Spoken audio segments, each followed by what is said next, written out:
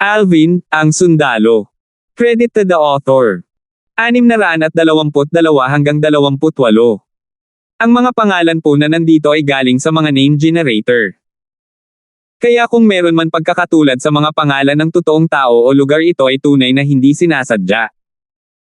Umiling si Alvin at pinigilan ang kanyang isip na tila lumipad sa malayo at nabawi niya ang kanyang katinoan. Mukhang ang kalansay na ito ay ang espadang naglilinang ng martial monarch na nag-iwan ng kayamanang ito. Siguro kung ano ang pamana na naiwan niya. Pinalaki ni Alvin ang puting nakadamit na balangkas sa kanyang harapan, at pagkatapos ay tumingin siya sa paligid ngunit wala siyang napansin. Walang spatial ring sa mga daliri ng martial monarch. Nasaan ang spatial ring niya? Tumaas ang mga kilay ni Alvin, at napuno siya ng interes sa spatial ring ng martial monarch na ito. Tiyak na maraming magagandang bagay sa spatial ring ng martial monarch. Ngunit kasabay ng paghahanap ni Alvin sa buong maluwag na kuweba, hindi niya napansin ang spatial ring na naiwan ng martial monarch. Kaagad, bahagyang nalungkot si Alvin. Hindi naman ako pinagbibiro ng taong ito, di ba? Bumalik si Alvin upang tumayo sa harap ng balangkas ng martial monarch at umiling. Baka nasa kanya na. Iniunat ni Alvin ang kanyang kamay ng walang prinsipyo upang buksan ang mga puting damit ng kalansay ng martial monarch, at bagamat wala siyang nakitang spatial ring sa loob nito, sa halip ay nakakita siya ng jade slip. Ang jade slip na ito ay kumikislap na may mahinang jade green na ningning, at mukhang mas mataas ito kaysa sa void transmission jade slip. Pagkatapos mag-flash sa mga alaala ng Rebirth Martial Emperor, nakilala ni Alvin kung ano ito. Memory Jade Sleep. Huminga ng malalim si Alvin. Naalala ng Memory Jade Sleep ang isang inscription formation, cultivation technique, martial skill, at iba pang uri ng partikular na impormasyon. Ang mga ordinaryong pamamaraan sa paglilinang at kasanayan sa militar ay naitala sa maliliit na libro. Ngunit ang mga high-grade cultivation technique at martial skills ay direktang naitala sa Memory Jade Sleeps. Marami pang ang inscription masters na mag-iiwan ng kanilang pangunawa sa sining ng mga inscription para sa susunod na henerasyon bago sila mamatay. Siyempre, hindi lahat ng inscription master ay nagawa ito. Ang kahalagahan ng Memory Jade Sleep ay isang bagay na hindi kayang ihambing ng isang voice transmission Jade Sleep. Hawak niya lang ang Memory Jade Sleep sa kanyang kamay nang marinig muli ni Alvin ang boses ng martial monarch sa kanyang mga tainga. Kahit na sino man iyon, dahil makakarating ka rito at makuha ang Memory Jade Slip na ito, kung gayon maaari mong ituring na nakuha mo ang aking mana. Hindi ko kailangan na kunin mo ako bilang iyong guro. Sapat na iyon basta't huwag mong pababayaan ang aking mana. After speak so much nonsense, I still haven't officially introduced myself. Ulila na ako simula pagkabata, wala na si ama o ina, at kalahating buhay ko ay dukha. Naabot ko lang ang martial monarch stage mula sa sunod-sunod na fortuitous encounters. Tinatawag ako ng mga kakilala ko na White Clothes. Tinatawag akong Tempest Sword Monarch o White Clothes Sword Monarch. Sa buong buhay ko, dahil sa paghanga ko sa Rebirth Martial Emperor na biglang nawala ilang libong taon na ang nakalilipas, nabanggit ko na ang Tao of Weapons Refinement at ang Tao of Inscriptions. Siyempre, mas mababa ako sa Senior Rebirth Martial Emperor. Ang Memory Jade Sleep na ito ay naglalaman ng setup at utilization method ng ilang uri ng inscription formation na pinakakasanayan ko, at bukod pa doon, naglalaman din ito ng sword skill na aking nilinang, ang 9 Violation Sword Control Technique. Pagkatapos mong makuha ang Jade Sleep na ito, maaari mong kunin ang 3 profundity fragment sa aking bungo. Sana ay matulungan ka nitong maabot ang Martial Monarch stage sa hinaharap. Bukod dyan, maaari mo ring alisin ang Spirit Sword sa aking kamay. Ang Spirit Sword na ito ay isang quasi-royal grade spirit weapon na halos wala na sa Cloud Continent, at ito ay bihira sa mundo. Hanggang sa magkaroon ka ng lakas upang protektahan ito, subukan ang iyong makakaya na huwag gamitin ito sa publiko. Ang kayamanan ng isang tao ay kanyang sariling kapahamakan. Now that I speak of it, ang bagay na pinakagusto ko sa buong buhay ko ay itong quasi-royal grade spirit sword. Dahil ang gawain ng Senior Rebirth Martial Emperor ang pinakahinahangaan ko. Bago ang Senior Rebirth Martial Emperor, walang spirit weapon sa quasi-royal grade at mas mataas, ngunit pagkatapos ng Senior Rebirth Martial Emperor, malamang na mahirap para sa isa pang spirit weapon sa quasi-royal grade o mas mataas na lumitaw. Kaya, kailangan mong alagaan ng maayos ang espadang ito. Ang mga huling salita na nakapaloob sa Memory Jade Slip ay tumigil dito. Hindi ko akalain na ang White-Clawed Sword Monarch na ito ay isang admirer ng Rebirth Martial Emperor. Ngunit, naniniwala ako kapag sinabi niyang walang quasi-royal grade o mas mataas na spirit weapon, ngunit hindi naman talaga totoo na mahirap para sa isa pang spirit weapon sa quasi-royal grade o mas mataas na lumitaw pagkatapos ng Rebirth Martial Emperor. Nang matapos siyang bumulong sa sarili, isang tipid ng ngiti ang lumitaw sa sulok ng bibig ni Alvin. Hanggat ang kanyang cultivation ay tumuntong sa Martial Monarch stage, magagawa niyang paikliin ang isang quasi-royal grade weapon fire at magagawa niyang pinuhin ang quasi-royal grade spirit weapons. Not to mention a quasi-royal grade spirit weapon. Kung maabot ang Martial Emperor stage, kung gayon kahit ang royal grade spirit weapon ay madaling pinuhin. Si Alvin ay may kumpiyansa na ekspresyon. Namanan niya ng buo ang habang buhay na halaga ng mga alaala ng Rebirth Martial Emperor, at kabilang sa mga alaalang iyon ay kasama ang karanasan sa armas refinement at mga pamamaraan ng Rebirth Martial Emperor. Hanggat ang kanyang paglilinang at mga materyales ay sapat, ang pagpino ng isang mataas na grado na sandata ng espiritu ay napakadali. Base sa sinabi nitong White-Clawed Sword Monarch, isa talaga siyang figure mula sa ilang libong taon na ang nakakaraan. Namilog ang mga mata ni Alvin habang iniisip ang sarili. Kasunod nito, bumalik ang atensyon ni Alvin sa Memory Jade Slip sa kanyang mga kamay. Kasama ng espiritual na lakas ni Alvin ang paghawak dito, napakaraming impormasyon na direktang bumulwak sa isipan ni Alvin. Sa kabutihang palad ay handa si Alvin, kung hindi, sa sandaling ito ay malamang na napatumba si Alvin. Sa susunod na walang oras, iniutos niya ang lahat ng impormasyong ito. Inscription Formation. Hindi ba ito ang Inscription Formation na nakaka-induce ng 9 swords to combine into one? Kahit na ang Rebirth Martial Emperor sa lahat ng mga taon na iyon, wala siyang kapalaran sa pag-aaral nitong Inscription Formation, pero hindi ko akalain na ang White-Clawed Sword Monarch na ito ay talagang malalaman kung paano ito itatag. Hindi naiwasang magulat si Alvin nang utusan niya ang bahaging ito ng mga alaala. Bukod sa inscription formation na ito, binaliwala ni Alvin ang iba pang inscription formation. Ang mga inscription formation na iyon ay nakapaloob lahat sa mga alaala ng Rebirth Martial Emperor, at itong Split Unite inscription formation lang ang wala. Ang Split Unite inscription formation ay ang inscription formation na nasa loob ng Jade Sword na susi sa Sword Monarch's treasure. Dahil mismo sa pagkakaroon ng inscription formation na ito kaya ang Jade Sword ay nahati sa siyam at muling nagkaisa. Nariyan din itong sword skill. Kasunod nito, inilipat ni Alvin ang kanyang atensyon sa sword skill na naiwan ng White-Clawed Sword Monarch. Ang sword skill na ito ay talagang isang heaven rank sword skill. Idiniin nito ang isang espiritong espada na nahahati sa siyam at kinokontrol ang siyam na espiritong espada na ito upang labanan ang mga kaaway ng isang tao. Ang kasanayang ito sa espada ay kailangang isama sa Split Unite inscription formation na iyon. Ngunit ang White-Clawed Sword Monarch ay naglagay ng Split Unite inscription formation sa quasi-royal grade spirit sword na iyon, ang sandata na daladala niya sa lahat ng oras. Si Alvin ay bumalik sa kanyang katinoan, at ang kanyang tingin ay bumaba sa spirit sword na nasa kamay ng White-Clawed Sword Monarch. Kasunod nito, bahagyang kinuha ni Alvin ang espada sa kanyang kamay. Sa pag-asa sa impormasyong naiwan ng White-Clawed Sword Monarch, si Alvin ay mahusay sa kontrol ng Split Unite inscription formation hanggang sa puntong kontrolado niya ito ng labis.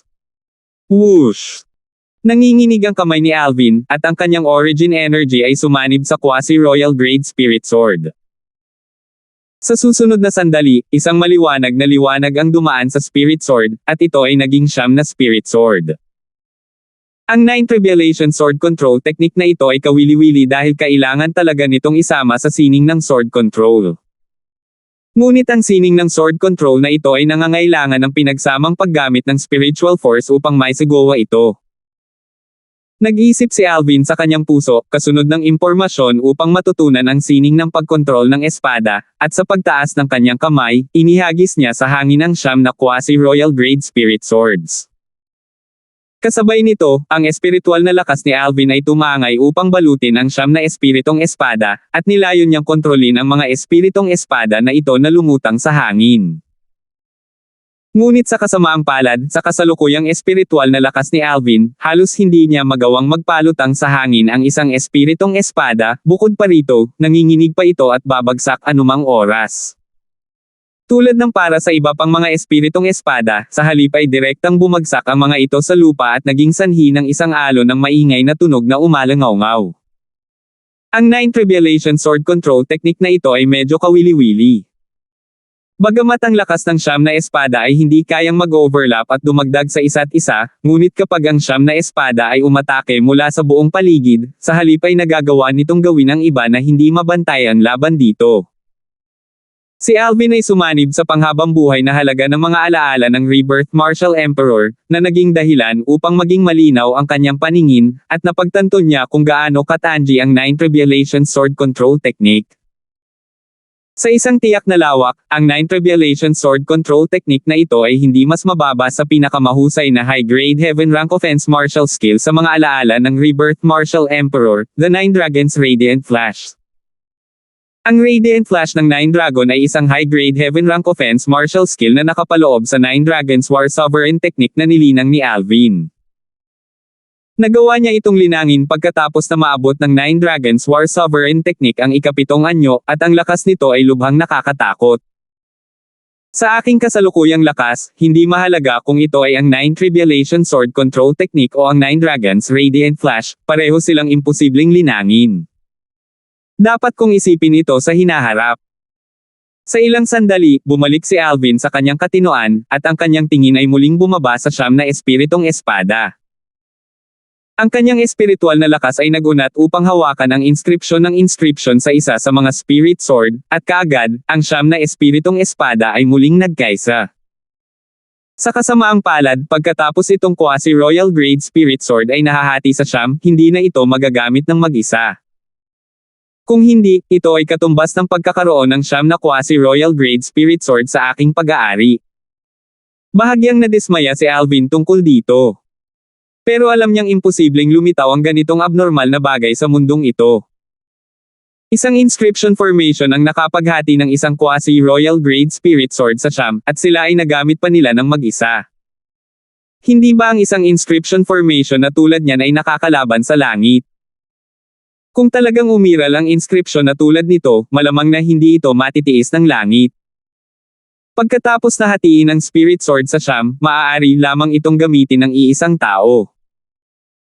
Kasama ang 9 Violation Sword Control Technique, ang 9 na espada ay maaaring walisin mula sa lahat ng direksyon, at alinman sa mga espada ay nagtataglay ng lakas ng amplification ng quasi-royal grade spirit sword.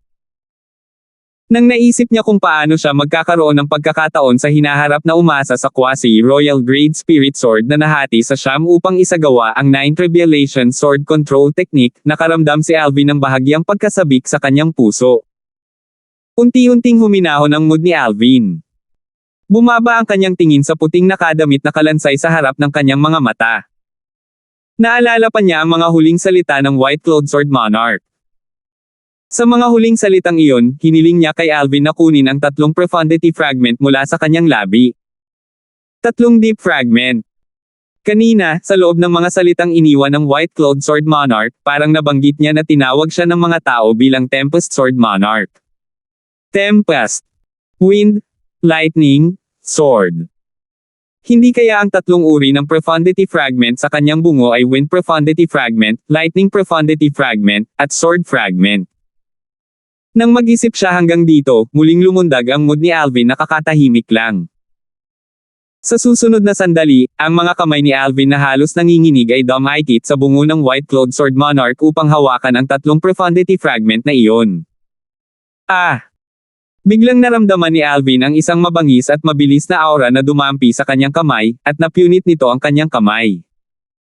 Nagmamadali niyang inikat ang kanyang origin energy bago niya napaglabanan ang mabilis at mabangis na aura na ito. 623.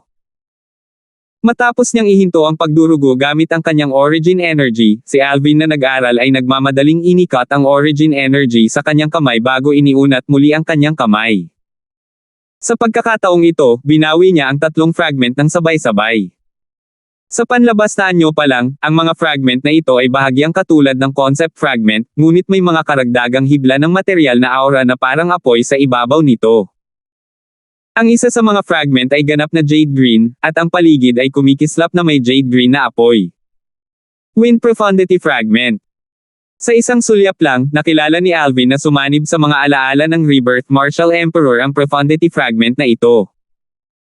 Ang isa pang fragment ay ganap na malalim na kulay violet, at ang paligid nito ay kumikislap na may kulay violet na apoy na bahagyang naglalaman ng ilang kidlat na tumatama sa loob nito. Kidlat Kalaliman Fragment. Napaisip si Alvin sa kanyang puso nang mapagtanto niyang tama ang hula niya kanina. Ang huling fragment ay ganap na translucent at naglabas ng isang mabangis at matulin na sword chi, at ito ay isang sword profundity fragment. Lahat ng 3 profundity fragment na ito ay talagang pangatlong antas ng profundity fragment. Mukhang ang white-clothed sword monarch ay isang pambihirang figure noong panahon niya. Hulaan ni Alvin sa kanyang puso. Lahat ng 3 profundities ay naintindihan sa ikatlong antas. Ang ganitong kakayahan sa pag-unawa ay maaaring ituring na hindi pangkaraniwang kahit na sa maraming martial monarchs. Hindi masama ang mga natamo ko. Inalis ni Alvin ang 3 profundity fragment sa kanyang spatial ring, at isang napakatalino na ngiti ang bumungad sa kanyang mukha.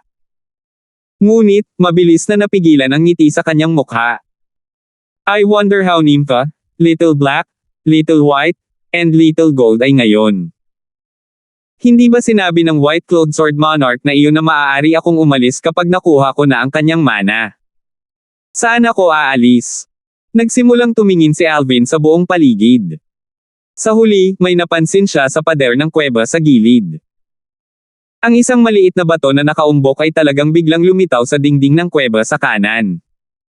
Kanina, hindi ito napansin ni Alvin. Lumabas si Alvin at tinapik ang maliit na bato, at napansin niya na maaari itong ilipat. Agad, idiniin ni Alvin ang maliit na bato pababa. Sa susunod na sandali, dumagundong. Dumagundong. Ang pader ng yungib sa tabi ng maliit na bato ay biglang yumanig bago direktang bumukas at gumuho sa susunod na sandali. Kasunod nito, may lumabas na pintong bato at dahan-daang bumangon. Pagkaraan ng maikling sandali, isa pang itim na daanan ang lumitaw sa harap ng mga mata ni Alvin. Ito dapat ang labasan. Nagliwanag ang mga mata ni Alvin, at diretso siyang pumasok. Sa kanyang kamay, isang nagngangalit na apoy na kulay violet na may talim na tanso ang lumitaw mula sa manipis na hangin sa kanyang kamay, at ito mismo ang weapon flame na ginamit niya upang ipaliwanag ang landas. Kung may makakilala sa weapon flame na ito at makakita ng eksenang ito, tiyak na magagalit ang tao hanggang sa dumuran ng dugo. Ang grade 3 weapon flame na kulay violet na may kulay na tanso na talim ay ginamit para ipaliwanag ang daan, at isa lang itong walang ingat na pag-aaksaya ng mga Regalong ibinigay ng Diyos. Ngunit walang pakialam si Alvin sa lahat ng ito. Hindi nagtagal, naglakad si Alvin patungo sa dulo ng daanan. Sa dulo ng daanan ay may nakasarang pintong bato. Kumatok. Kumatok. Kinatok ni Alvin ang pinto ng bato at napansin niya na ang pintong bato ay ginawa mula sa mga espesyal na materyales, at kahit na ang isang void interpretation stage o void transformation stage na martial artist ay malamang na imposibleng makapinsala sa pamamagitan ng brute force. Dapat may switch dito. Nang mag-isip siya hanggang dito, nagsimulang tumingin sa paligid si Alvin. Sa huli, natagpuan ni Alvin ang isang maliit na bato na nakadikit sa dingding ng kuweba sa gilid ng pintong bato. I wonder kung saan patungo ang pintong bato. Napaisip si Alvin habang iniunat niya ang kanyang kamay para idiin ang maliit na bato. Agad-agad. Dumagundong. Dumagundong. Sa sandaling ito, napansin ni Alvin na hindi lang ang batong pinto sa kanyang harapan ang dahan-daang bumangon, isang napakalaking kalabog din ang umalingaw-ngaw mula sa dulo ng daanan sa likuran niya. Bukod sa pagbukas nitong batong pinto, itong switch din ang nagsasara ng batong pinto sa kabilang side. Natigilan si Alvin. Samantala, napansin ni Alvin na ang pintong bato sa kanyang harapan ay nabuksan na, at ang lupa sa labas ng pintong bato ay natatakpan ng mga piraso ng bato. Naglakad palabas si Alvin ng may malalaking hakbang. Ngayon lang niya napansin na ang pintong bato na nilabasan niya mula ngayon ay natatakpan din ng makapal at mabigat na pader ng kuweba. Ang pagbukas ng pintong bato ay naging sanhi ng pagkabasag ng pader ng yungib sa labas. Kuya Alvin. Sa sandaling ito, isang pamilyar na boses ang narinig sa tainga ni Alvin. Tumingin si Alvin sa pinanggalingan ng boses, at napansin niya ang isang matipunong lalaking nasa katanghaliang gulang na dumarating mula sa malayo at dumating sa harapan niya pagkatapos ng ilang sandali. Domang.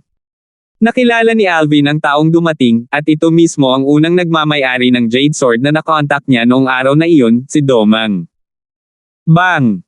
Sa sandaling ito, isa pang napakalaking putok ang tumunog. Napansin ni Alvin na ang pintong bato sa dulo ng daanan na kalalabas lang niya at talagang isinara muli. Nagulat si Domang, at pagkatapos ay tumingin siya kay Alvin bago nagsalita na may ekspresyon ng paghanga. Brother Alvin, talagang hinahangaan kita dahil nakapasok ka sa ikatlong antas ng Swordmon Arches Treasure. Hindi ka pumasok. Natigilan si Alvin at hindi napigil ang magtanong. Mapait na tumawa si Domang. Pagdating ko sa dulo ng ikalawang palapag, lahat ng 10 hagdan ay pinasok na ng kung sino. 10 tao lang ang maaaring pumasok sa ikatlong antas, at dahil huli na ang lahat ng dumating ako, pinalampas ko ang pagkakataon. Biglang naunawaan si Alvin, at naalala niya ngayon na eksaktong ganito. Ang lugar na ito ay... Nilakihan ni Alvin ang paligid bago mapansin na ito ang unang antas ng Swordmon Arches Treasure, samantalang, sa itaas sa langit na hindi masyadong malayo sa unahan ay may mga nakadikit na bola ng madilim na ambon. Ang lugar na iyon ay ang mismong pasukan at labasan ng Swordmon Arches Treasure na matatagpuan sa kailaliman ng dagat. Ang pinto sa Swordmon Arches Treasure ay naroon. Nasaan ang iba? Tumingin-tingin si Alvin sa paligid, ngunit si Domang lang ang nakita niya, at hindi niya maiwasang magtanong ng may pagtataka. May 6 pang taong katulad ko na hindi nakapasok sa ikatlong antas ng Swordmon Arches Treasure. Malamang nasa second level na sila ngayon, sabi ni Domang. Sa pagkakataong ito, may 7 tao na walang kapalaran na makapasok sa ikatlong antas.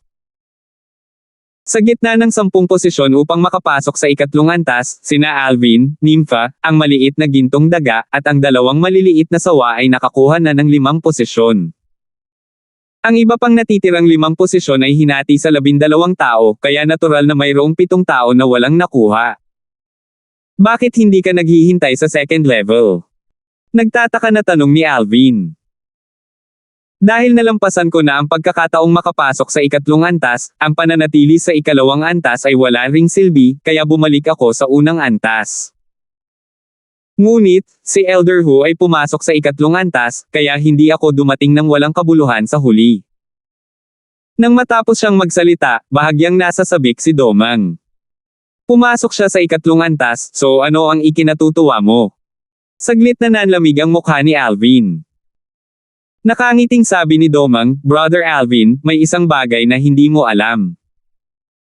Minsan na kaming napag-usapan ni Elder Hu na anuman ang makuha namin, ibabahagi namin ito ng pantay-pantay. Ang ibig mong sabihin. Kailangan niyang ibahagi sa iyo ang kalahati ng mga kayamanan na nakuha niya. Tanong ni Alvin. Oo. Tumanggo si Domang. Sumimangot si Alvin. Gustong ibahagi ni Elder Hu ang kalahati ng mga kayamanan kay Domang. Magiging magaling kaya siya? Si Alvin ay hindi umasa. Bakit hindi pa lumalabas si Nympha at ang iba pa? Si Alvin at Domang ay nag-uusap ng ilang sandali, at hindi niya maiwasang mapasimangot nang mapansin niyang si Nympha, ang maliit na gintong daga, at ang 2 maliliit na sawa ay hindi pa rin lumalabas, at ang kanyang mukha ay nababalot ng pag-aalala. Brother Alvin, ang ikatlong antas ba ay lubhang mapanganib? Bumilis ang tibok ng puso ni Domang nang makita niya ang pag-aalala sa mukha ni Alvin. Hindi lang delikado, nakakamatay lang. Nang marinig niya si Domang, naalala ni Alvin ang mga eksenang naranasan niya sa ikatlong antas, at hindi niya maiwasang makaramdam ng bahagyang takot sa kanyang puso sa loob ng ilang oras. Malungkot ang mukha ni Domang nang marinig niya ito, at nagsalita siya ng may bahagyang pag-aalala. Nagtataka ako kung kumusta na si Elder Hu. Kung namatay si Elder Hu sa ikatlong antas, kung gayon siya ay talagang maituturing na walang kabuluhan sa pagkakataong ito. Bumalik na si Kuya Alvin. Biglang may nagulat na sigaw mula sa malayo. Kasunod nito, nakita ni Alvin ang 6 na tao na direktang gumagalaw patungo sa kanya. Sa 6 na taong ito, 3 sa kanila ang minsang nakatanggap ng pabor mula sa kanya. Sa pagpunta dito, dahil sa mga medyo mababang cultivation na ito, mahirap para sa origin energy barrier na lumitaw sa ibabaw ng katawan ng 3 taong ito na makayanan ang presyon sa kailaliman ng karagatan, at siya ang nagpapahintulot sa kanila na umakyat sa likod ng three-eyed flame tiger upang humanap ng kanlungan. Ang mga cultivation ng 3 taong ito ay nasa ika-4 na antas ng void initiation stage.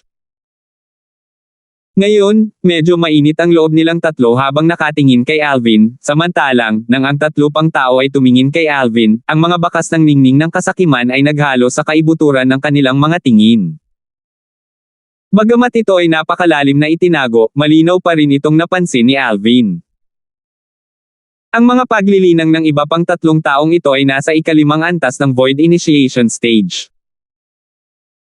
Marahil, ito ay eksakto dahil ang kanilang mga cultivations ay mababa kaya hindi sila nakarating sa dulo ng ika-2 antas sa oras at napalampas ang pagkakataong makapasok sa ika-3 antas. Kuya Alvin, mayroon ka bang nakuha sa ika-3 antas? Nagtataka ang isa sa 3 taong gumamot sa kanya. Hindi naman masama. Bahagyang ngumiti si Alvin at tumango. Binabati kita, kapatid na Alvin. Ang 2 pang tao ay sabay-sabay na bumati kay Alvin. Ngunit hindi nagtagal, napansin ni Alvin ang pag-freeze ng mga ekspresyon nila, at parang may bigla silang naalala. Kasunod nito, napansin ni Alvin na ang ningning ng tunggalian ay kumikislap sa kaibuturan ng kanilang mga mata. Sa huli, ang ningning ng tunggalian ay naglaho at napalitan ng kasakiman. Ang ngiti sa mukha ni Alvin ay hindi nagbago, ngunit ang lalim ng kanyang tingin ay naglalaman ng bahagyang lamig. Ayon sa kanyang hula, ang 3 taong ito na orihinal na nagtrato sa kanya ay malamang na nakatanggap ng voice transmission mula sa iba pang 3 tao ngayon, at sila ay bumuo ng isang uri ng kasunduan. Pinatunayan ng mga katotohanan na ganap na nahulaan ni Alvin ang mga intensyon ng iba pang 3 tao. Sa isang kisap mata, si Alvin ay napapaligiran ng 6 sa kanila. Anong ginagawa niyong lahat? Malungkot ang mukha ni Domang nang makita niya ang eksenang nasa harapan niya, at sumigaw siyang nagtanong. Domang, ang bagay na ito ay walang kaugnayan sa iyo, at mas mabuti kung manatili ka sa tabi. Kung hindi, papatayin ka rin namin. Isa sa mga martial artist ng void initiation stage sa ika-5 antas ay winalis ng malamig at walang pakialam na tingin si Domang habang nagbabanta siya. Ang taong ito ay eksaktong isa sa 3 ika-5 antas ng void initiation stage na pumukaw ng kasakiman kay Alvin sa kanilang mga puso kanina. Domang, ipinapayo ko sa iyo na isipin ang iyong sariling negosyo. Nasa ika-5 antas ka pa lamang ng void initiation stage, ngunit mayroon kaming 3 martial artists sa ika-5 antas ng void initiation stage dito. Kahit sino sa amin ay sapat na upang lipulin ka. Nagsalita ang isa pang tao. Lumungkot ang mukha ni Domang dahil alam niyang totoo ang sinabi ng 2 tao.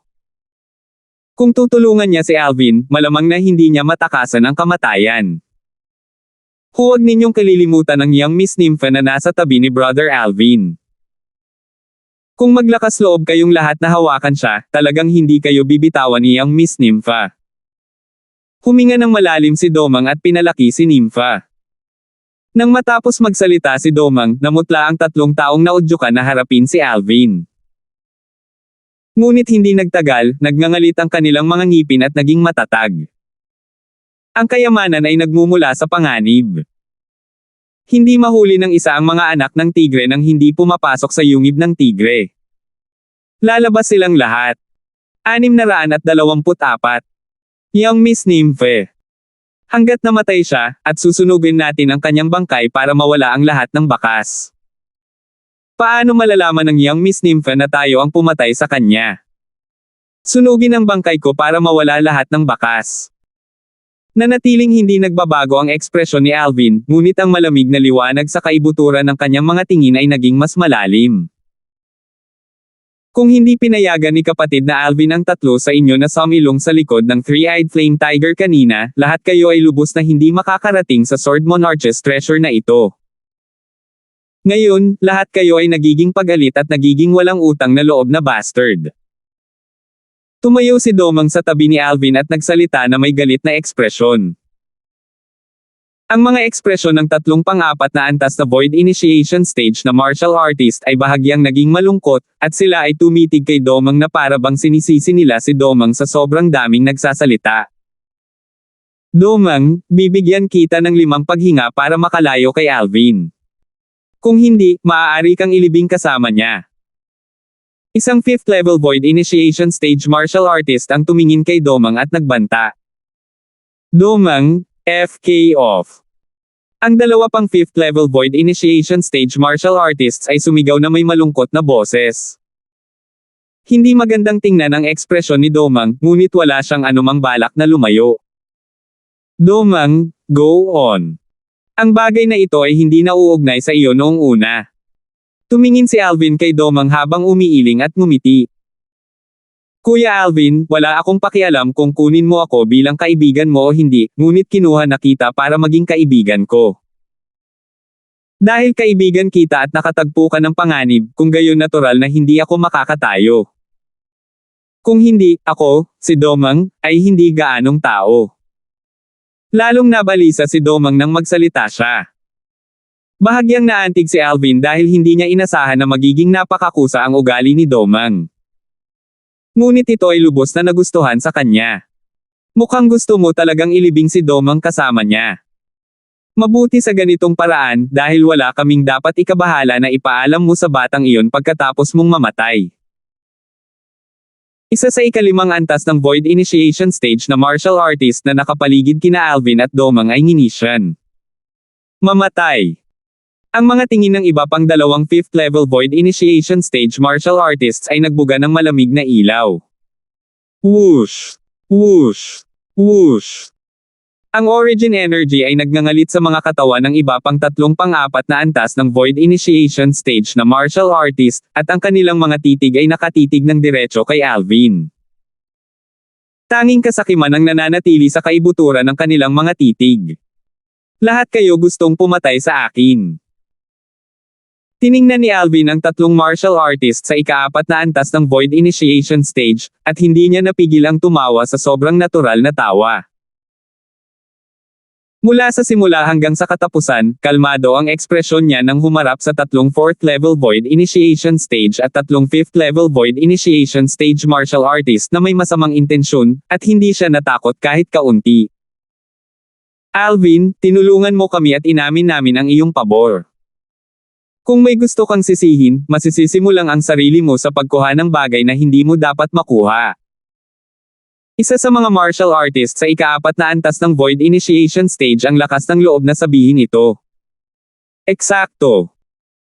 Ang 2 pang 4th level na Void Initiation Stage na martial artist ay nagmamadaling sumali. Something that I shouldn't have taken. What are all of you talking about? Natigilan si Alvin. Natural na pinag-uusapan natin ang mga kayamanan na nakuha mo sa ika-3 antas ng Sword Monarch's treasure. Isa sa mga martial artist ng Void Initiation Stage sa ika-5 antas ay tumingin kay Alvin na may ekspresyon ng kasakiman, at inilabas niya ang kanyang dila upang dilaan ang kanyang tuyong labi. Naging sanhi ito ni Alvin na hindi mapigilan ang pagkunot ng noo, at bahagyang naiinis siya. Sa di nagtagal, nagsimulang tumawa si Alvin. Ang mga kayamanan na nakuha ko sa ika-3 antas ay tila nakuha ko sa pamamagitan ng pag-asa sa sarili kong kakayahan, tama ba? Sa anong batayan ang pagkuha sa akin ng 6? Sa batayan na kami ay mas malakas kaysa sa iyo. Origin energy sa isa pang ika-5 antas ng Void Initiation Stage na martial artist ay lumundag habang 7 sinaunang may sungay na dragon ang namuo sa itaas niya at nag-iipon ng puwersa habang naghihintay na may deploy. Kahit na hindi namin ginagamit ang concept at umaasa lamang sa origin energy at sa aming mga spirit weapons, sapat na ang aming lakas para madaling malipol ang isang third level void initiation stage na batang tulad mo. Ang origin energy ng huling 5th level na void initiation stage na origin energy ng martial artist ay nagsimulang magalit din, at minisyon niya si Alvin habang 7 sinaunang may sungay na dragon silhouette ang lumitaw sa itaas niya. Nang makita niya malapit ng mag-away ang sitwasyon anumang oras, naging malungkot ang ekspresyon ni Domang, at humakbang siya pasulong upang protektahan si Alvin sa kanyang likuran. Ang origin energy ay nagngangalit sa ibabaw ng kanyang katawan habang 7 sinaunang may sungay na dragon silhouette ang parehong lumitaw sa kalangitan sa itaas niya. Ngunit, ang isang martial artist sa ikalimang antas ng Void Initiation Stage na tulad niya ay nakaharap sa 3 martial artist ng ikalimang antas ng Void Initiation Stage ng sabay, tila walang kabuluhan kahit na ano pa man ang tingin nito. Domang, dahil gusto mong tumayo ng malakas, papatayin muna namin bago patayin si Alvin. Isang martial artist sa ikalimang antas na Void Initiation Stage ang sumigaw na may malungkot na boses bago humakbang pasulong at umangkas patungo kay Domang. Ang dalawa pang 5th level na Void Initiation Stage na martial artist ay binalot ng origin energy na parang apoy, at lumipad sila na parang mga anino, ang kanilang target ay nakaturo ng diretso kay Domang. Nang makaharap ang 3 martial artist sa ikalimang antas ng Void's Initiation Stage na sabay na umatake sa kanya, namutla ang mukha ni Domang. Patayin si Alvin. Ang iba pang 3 pang-4 na antas ng Void Initiation Stage na martial artist ay gumawa ng isang hakbang sa halos parehong oras. Ngunit ang kanilang target ay hindi si Domang, at sa halip ay si Alvin. Ang origin energy ay tumaas sa grade 6 na spirit weapons na hawak ng 3 4th level na Void Initiation Stage na martial artist, at pagkatapos ang kanilang concept ay sumipol bago nagwalas patungo kay Alvin. 10 sinaunang Horn Dragon Silhouette at mahigit 2,000 sinaunang Mammoth Silhouette ang lumitaw sa kalangitan sa itaas ng dalawa sa kanila, samantalang, 11 sinaunang Horn Dragon Silhouette at mahigit 2,000 sinaunang Mammoth Silhouette ang lumitaw sa kalangitan sa itaas ng huli sa kanila. Sa sandaling ito, whoosh! Biglang lumingon si Alvin upang tingnan ang 3 martial artist sa ikalimang antas ng Void Initiation Stage na sumugod patungo kay Domang, at isang madilim na liwanag ang lumitaw sa kaibuturan ng kanyang mga mata. Libo-libong ilusyon. Sa susunod na sandali, direktang ginamit niya ang kanyang soul skill para bumuo ng isang illusory space para bumalot sa 3 5th level Void Initiation Stage martial artists. Kasabay nito, isang simple at walang palamuti na espada ang lumitaw sa kanyang kamay. Ang espadang ito ay ang mismong espada na nakuha niya mula sa balangkas ng White-Clawed Sword Immortal ngayon, isang quasi-royal grade spirit weapon. Kasabay ng pagpintig ng origin energy sa katawan ni Alvin, isa pang 4 na sinaunang Horned Dragon Silhouette ang lumitaw sa kalangitan sa itaas niya, samantalang, nang humigpit ang kamay niyang hinawakan ang espada, at ang kanyang origin energy ay sumanib sa espada. Whoosh! Ang isa pang 4 na sinaunang may sungay na mga silhouette ng dragon ay lumitaw sa kalangitan. Isang buong 100% amplification. Paano ito magiging posible? Nang pumasok ang eksenang ito sa mga mata ng 3 4th level Void Initiation Stage martial artists, naging sanhi ito ng pagkatulala sa kanila. Maging ang kanilang mga pag-atake na sumabog kay Alvin ay bahagyang tumitigil. Ang espadang iyon sa kamay ni Alvin ay nagpalakas ng 100%. Kahit grade 1 spirit sword ito, parang halos 70% lang ang binibigay nito, di ba? Ang isang grade 1 spirit sword na nakapagpalakas ng lakas ng 89% ay itinuturing na pinakamataas na kalidad sa mga grade 1 spirit sword. Hindi pa sila nakarinig ng isang spirit weapon na nakapagbibigay ng amplification na 100%. Sining sa pagguhit ng espada. Sa sandaling iyon ang 3 martial artists sa Void Initiation Stage sa ika-4 na antas ay nataranta, isang malamig na liwanag ang sumilay sa mga mata ni Alvin, at tiyak na hinihintay niya ang sandaling ito. Kung lalabanan niya ang mga ito, mahirap para sa kanya na patayin silang lahat ng sabay-sabay, ngunit kung pabaya silang tatlo, ito ay isang ganap na naiibang bagay. Swish! Ang isang espada ay umungol, at ito ay sinamahan ng tunog ng hangin at kidlat. Sa kalangitan sa itaas ng Alvin, isa pang tatlong sinaunang Horned Dragon silhouette ang lumitaw sa gilid ng umiiral na 8 sinaunang Horned Dragon silhouette.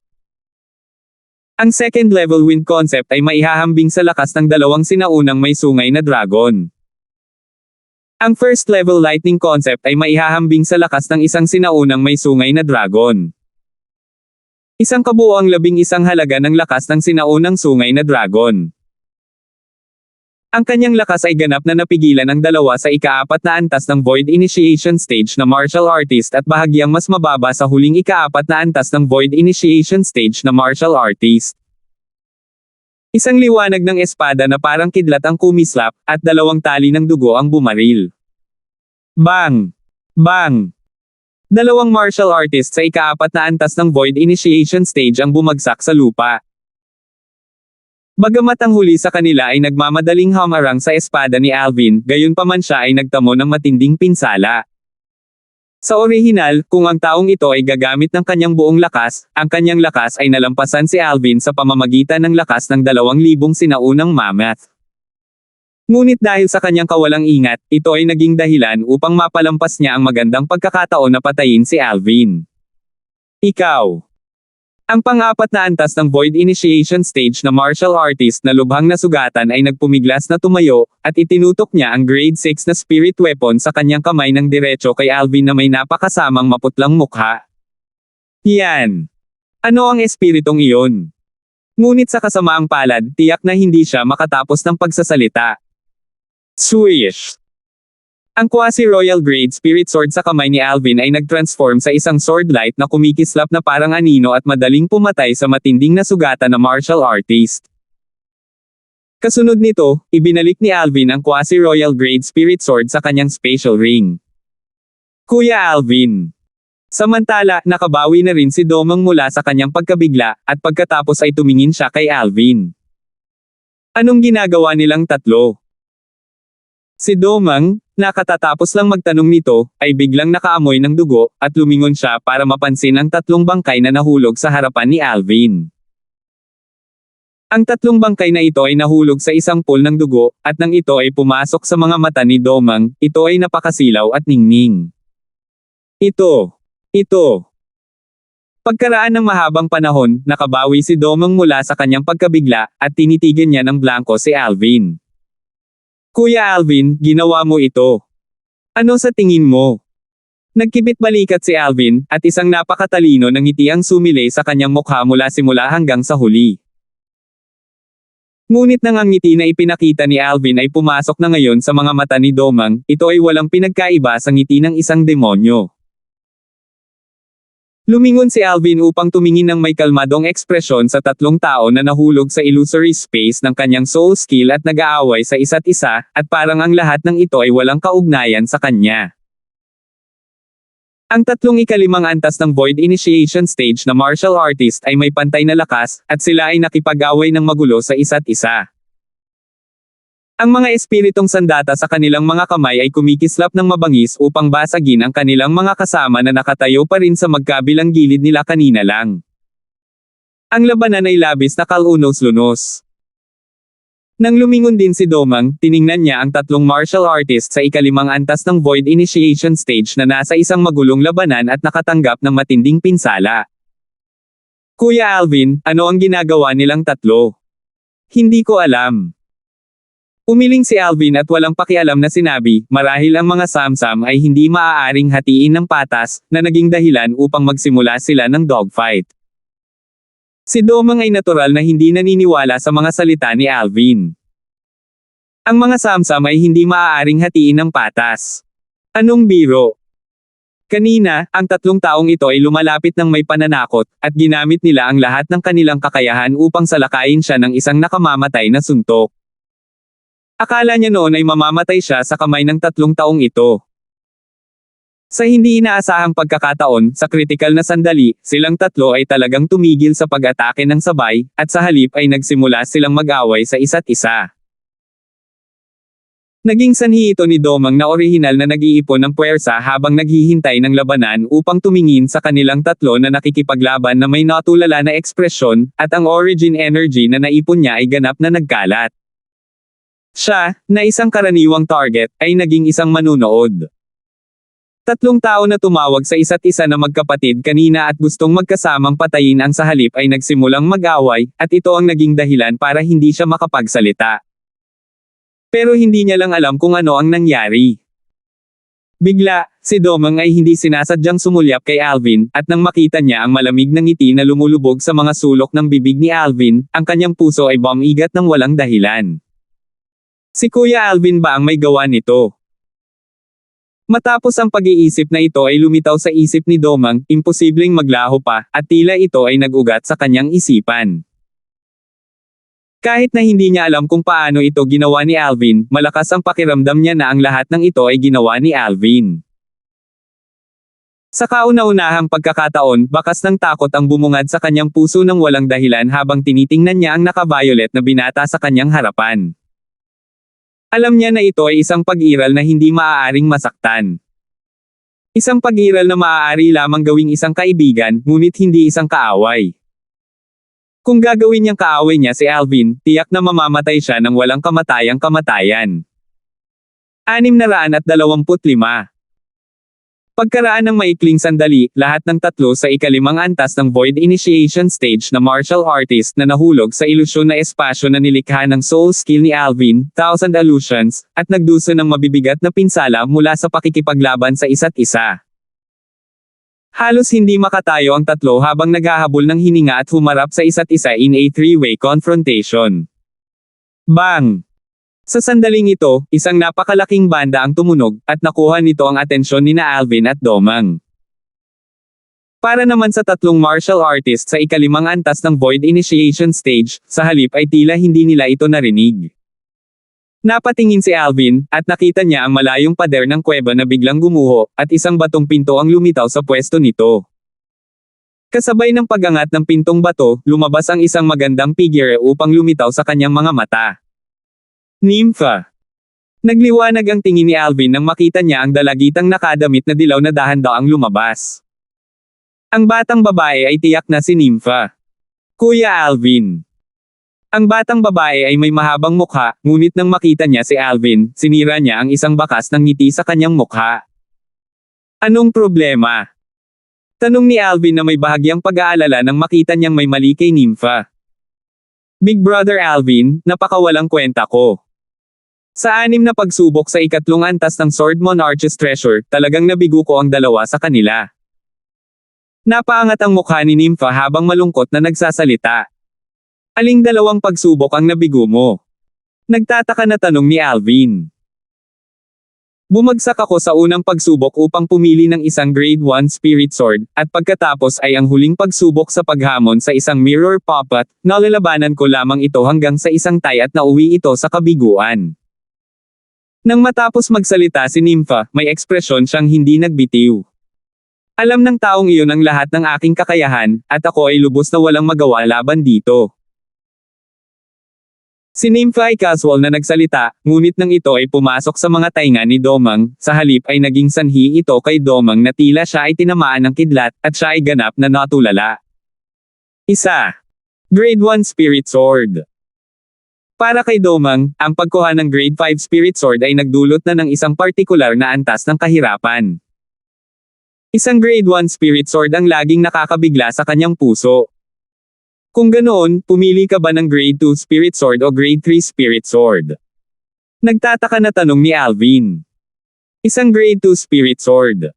Nanlumo si Nympha. Grade 2 Spirit Sword. Natigilan muli si Domang. Ang batang babae na ito ay nakakuha ng isang Grade 2 Spirit Sword, ngunit hindi pa rin masaya. Ang mga paghahambing ay talagang kasuklam-suklam. Sa ganang kanya, kung siya iyon, hindi pa banggitin ang isang Grade 2 Spirit Sword, kahit na nakakuha siya ng Grade 3 Spirit Sword, magiging masaya siya hanggang sa halos hindi na siya makatulog. Ang isang grade 2 spirit sword ay hindi rin masama. Ngumiti si Alvin. Hindi ko inaayawan ang grade nito. Umiling si Nympha. Gusto ko lang makapasa sa pagsusulit na iyon. Kahit grade 2 spirit sword o grade 3 spirit sword iyon, bagsak pa rin iyon. Sa paningin ko, walang pinagkaiba sa kanilang dalawa. Nanginig ang puso ni Alvin nang marinig niya si Nympha. Mukhang hindi maarok ang background ni Nympha dahil hindi man lang niya sineseryoso ang grade 2 spirit sword. Kuya Alvin, ano ang ginagawa nila? Sa ilang sandali, gumaling si Nympha, at naging puno siya ng sigla. Sila. Bahagyang ngumiti si Alvin. Gusto nila akong patayin, at bahagyang naisagawa ko ang ilang mga kakayahan laban sa kanila. Kuya Alvin, ikaw. Alam mo ba ang soul skills? Matapos masulyapan ng tatlong martial artist sa ikalimang antas ng Void Initiation Stage na may mga walang laman na tingin na nakikipaglaban sa isa't isa, napabuntong hininga si Nympha sa paghanga. Nagulat si Alvin na naunawaan ni Nympha ang kanyang ginawa. Anong biro? Si Nympha ay isang tao mula sa isang mahusay na kapangyarihan ng mga dayuhang lupain, at ang pagkilala sa mga kasanayan sa kaluluwa ay hindi nakakagulat. Oo. Tumango si Alvin. Agad na tumingin si Nympha kay Alvin nang may paghanga nang marinig niya ito. Big Brother Alvin, talagang kakila-kilabot ka. Wala pa akong narinig na isang human martial artist na nakapag-execute ng soul skills bago maabot ang Martial Emperor stage. Mabuti ang swerte ko, at nakakuha lang ako ng magandang kapalaran. Ngumiti si Alvin. Ang kalapit na domang ay sa halip ay hindi nakabalot sa kanyang ulo sa nangyayari. Kahusayan ng kaluluwa. Martial Emperor.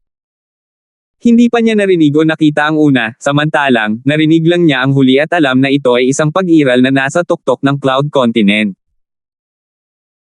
Mukhang alam ni Brother Alvin ang ilang soul skill, at ang soul skill na ito ay maaari lamang gawin ng isang human martial artist pagkatapos maging Martial Emperor.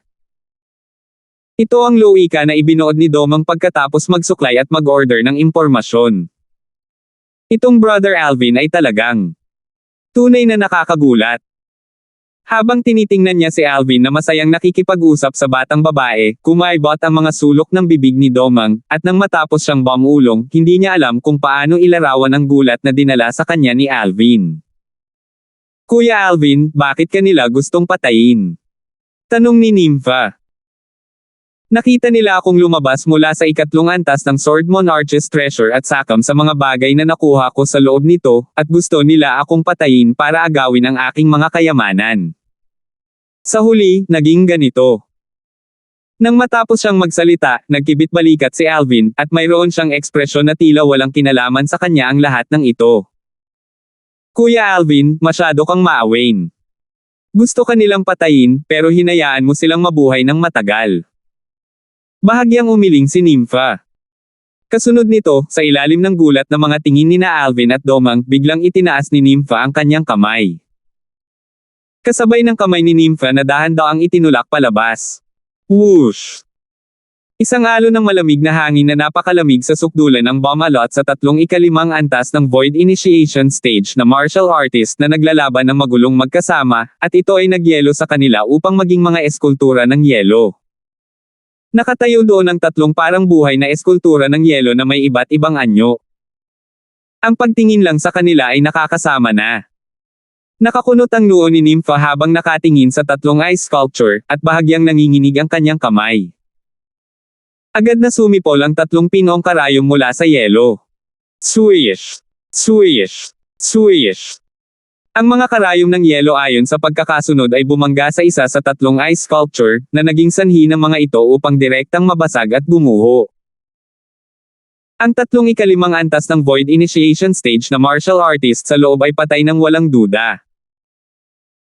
Pagkatapos niyang tapusin ang lahat ng ito, si Nympha ay parang isang taong walang nagawa, at ang kanyang tingin ay bumaba sa tatlong tao na bumagsak sa mga pool ng dugo ngayon.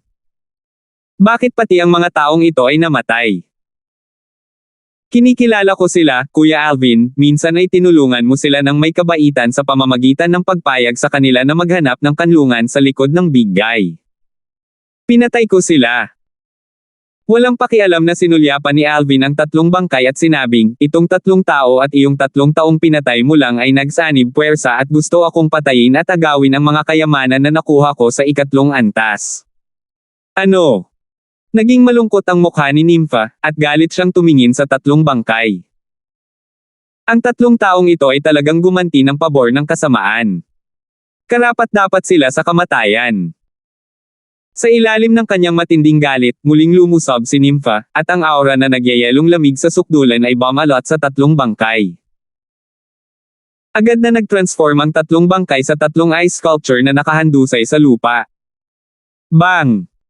Itinaas ni Nympha ang kanyang kamay at humampas, at 3 palm print ang sumipol para sabog ang 3 ice sculpture sa mga piraso ng yelo. Hindi ito ang katapusan. Whoosh! Nawala ang manggas ni Nympha, at ang isang malakas na hangin na napakalamig ng yelo ay tila namuo sa maraming mga wind blades sa hangin, at tila isang makapal na langit na sumasaklaw sa lambat na bumabalot sa mga piraso ng yelo. Kaagad, ang mga piraso ng yelo ay naging ambon na tumakip sa kalangitan bago kumalat sa hangin. Hiss! Isang alon ng hingal ang umalangaw-ngaw. Pakiramdam ni Domang ay nanlamig ang kanyang puso nang makita ang mga kilos ng dalaga, at hindi niya maiwasang mapabuntong hininga. Ang batang babae na ito. Umiling si Alvin at ngumiti, at ang init ay bumangon sa kanyang puso mula sa mga aksyon ni Nympha. Sabi nga sa kasabihan, kumukulo sa galit para sa isang kagandahan. Ang maliit na batang babae na ito na si Nympha sa halip ay kumulo sa galit para sa kanyang kuya ngayon. Hindi mo pinukaw ang mapag-imbot na pag-iisip tungkol sa mga bagay ng Kuya Alvin ko, tama ba? Sa ilang sandali, ang tingin ni Nympha ay bumaba kay Domang, at ang mga bakas ng nagyayelong malamig na aura ay lumukso sa kanyang mga mata. Para bang hindi kasiya siya ang sagot ni Domang, aatakihin niya at i-freeze si Domang sa isang popsicle bago ito sirain. Hindi.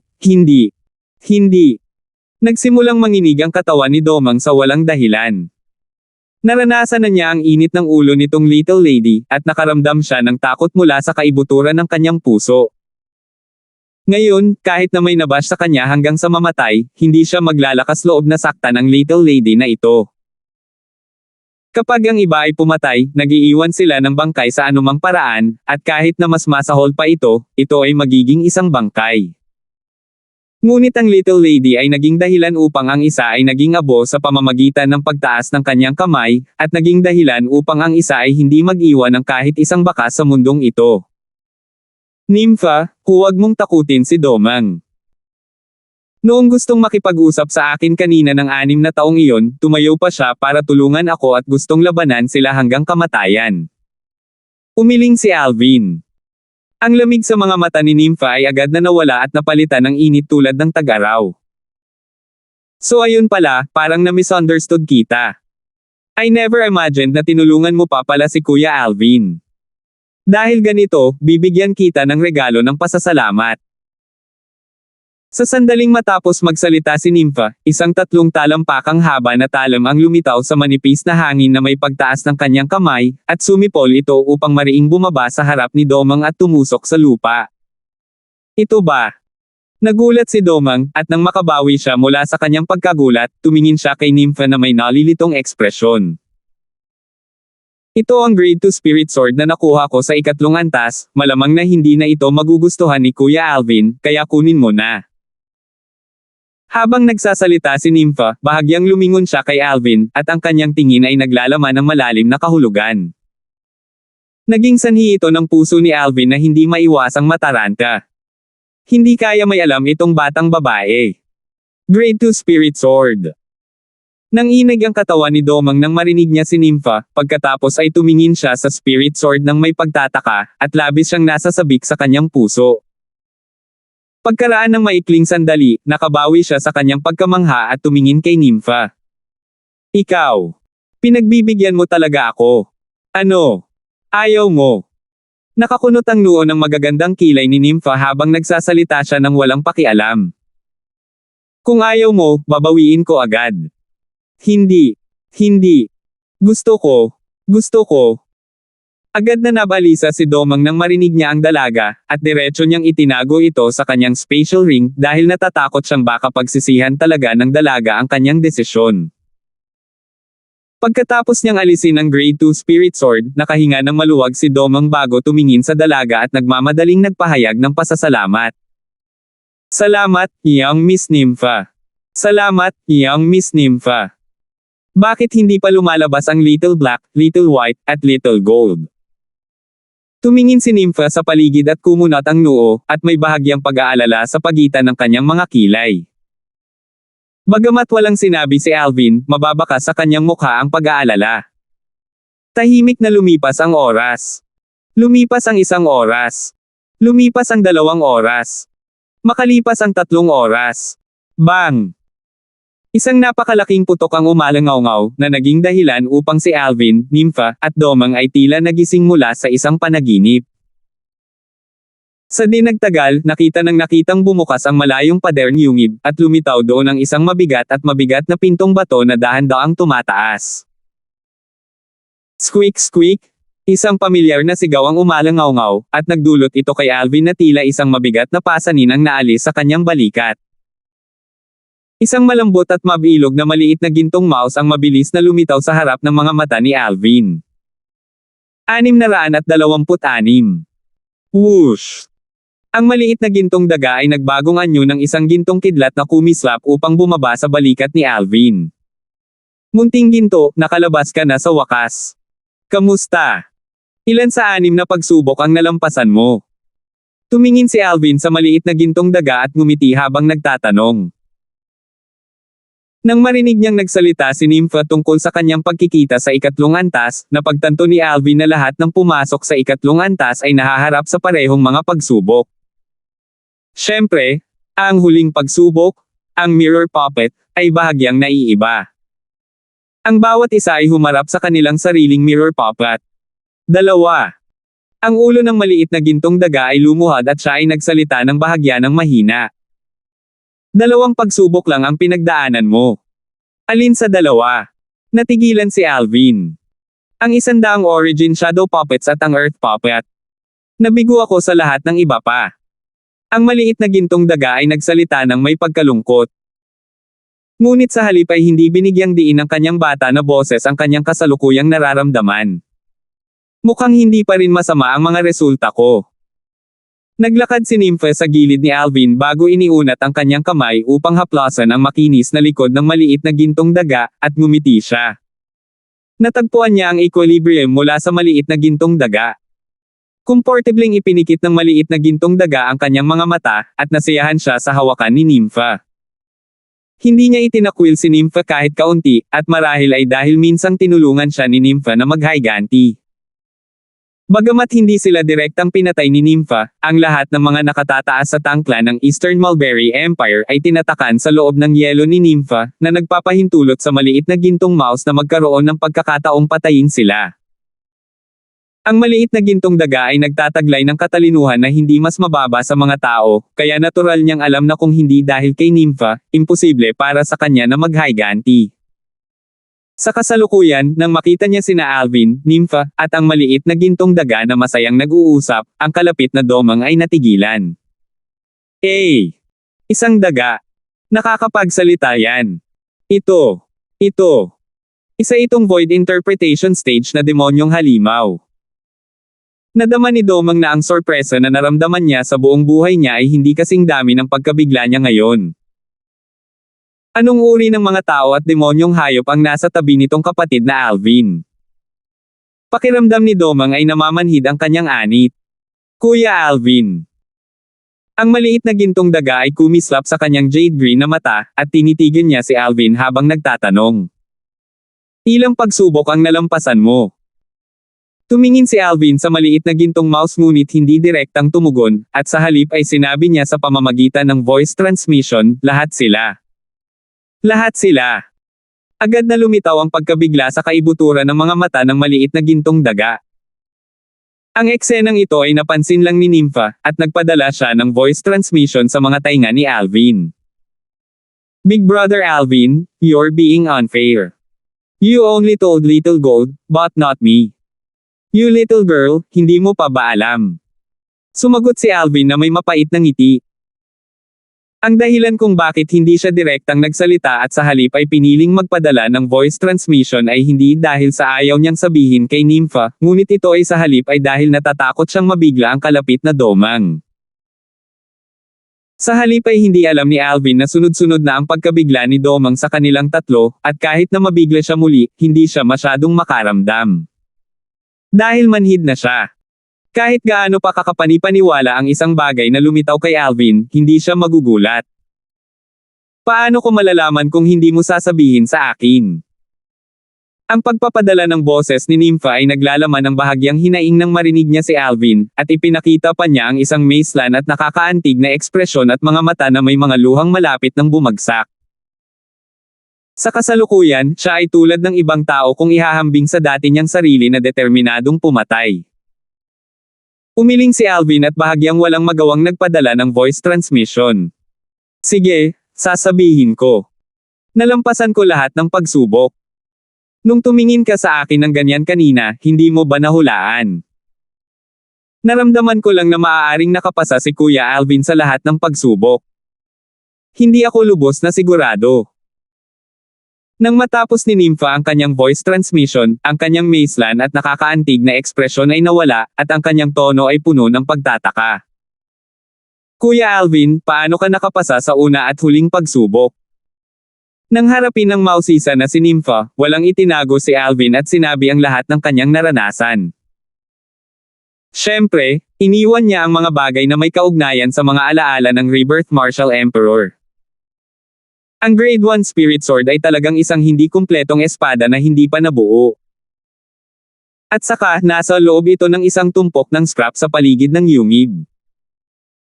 Matapos marinig ni Nympha ang karanasan ni Alvin sa unang pagsubok, hindi niya maiwasang magreklamo. Manloloko talaga ang martial monarch na yan. Sino ang makakaalam na ang isang Grade 1 Spirit Sword ay isang hindi kapansin-pansin at kahindek-hindek na hindi kumpletong espada? Higit sa lahat, nakatago pa ito sa isang tumpok ng mga scrap. Umiling si Alvin at tumawa nang marinig niya ang pag-ungol ni Nympha. Ang unang pagsubok ay isang pagsubok sa kasanayan at marahil lamang sa mataas na grade na weapons craftsman ang nakahanap ng hindi kapansin-pansing Grade 1 Spirit Sword. Kuya Alvin, paano mo nahanap ang Grade 1 Spirit Sword na iyon? Hindi napigilan ni Nympha na magtanong. Isa akong weapons craftsman. Simple at direkta ang sagot ni Alvin. Kaya si Kuya Alvin ay isang weapons craftsman. No wonder. Biglang naunawaan si Nympha. Ang isang weapons craftsman ay may kakaibang tingin sa mga spirit weapons. Nabalitaan ko na maraming weapons craftsman ang nakakaasa pa sa isang spirit weapons na panlabas na anyo para malaman ang grade nito. Oo. Tumango si Alvin. Ang isang weapons craftsman ay isang sining ng kasanayan, kung mas maraming espiritong sandata ang pinipino ng isang tao, natural na magiging katangi tangi ang pakiramdam at kakayahang makita ng isang tao sa mga espiritong sandata. Kung gayon, paano ang huling pagsubok? Tanong ni Nympha. I was completely helpless against my mirror puppet. In the end, lumaban man ako hanggang tie o dahil tapos na ang oras, napigilan ako ng inscription formation.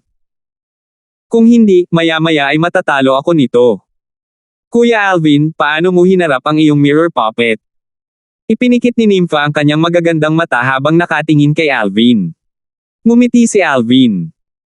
Nympha, hindi ko rin talaga kayang harapin ito, pinangunahan ko lang ito sa. Kasunod, Alvin ang tiyak na proseso ng kanyang huling pagsubok. Ano? Gumagana din yan. Nanlamig ang mukha ni Nympha at nagsalita na may bahagyang inis. Bakit hindi ko naisip yun? Kaya pala napakasimple lang ng final test. Kuya Alvin, masyado kang matalino. Tumingin si Nympha kay Alvin na may ekspresyon ng paghanga. Sa sandaling ito, sa parehong oras na pakiramdam ni Alvin ay magaan ang ulo, hindi niya maiwasang mapahiya ng bahagya. Pagkatapos ng lahat, hindi siya ang nakahanap ng paraan.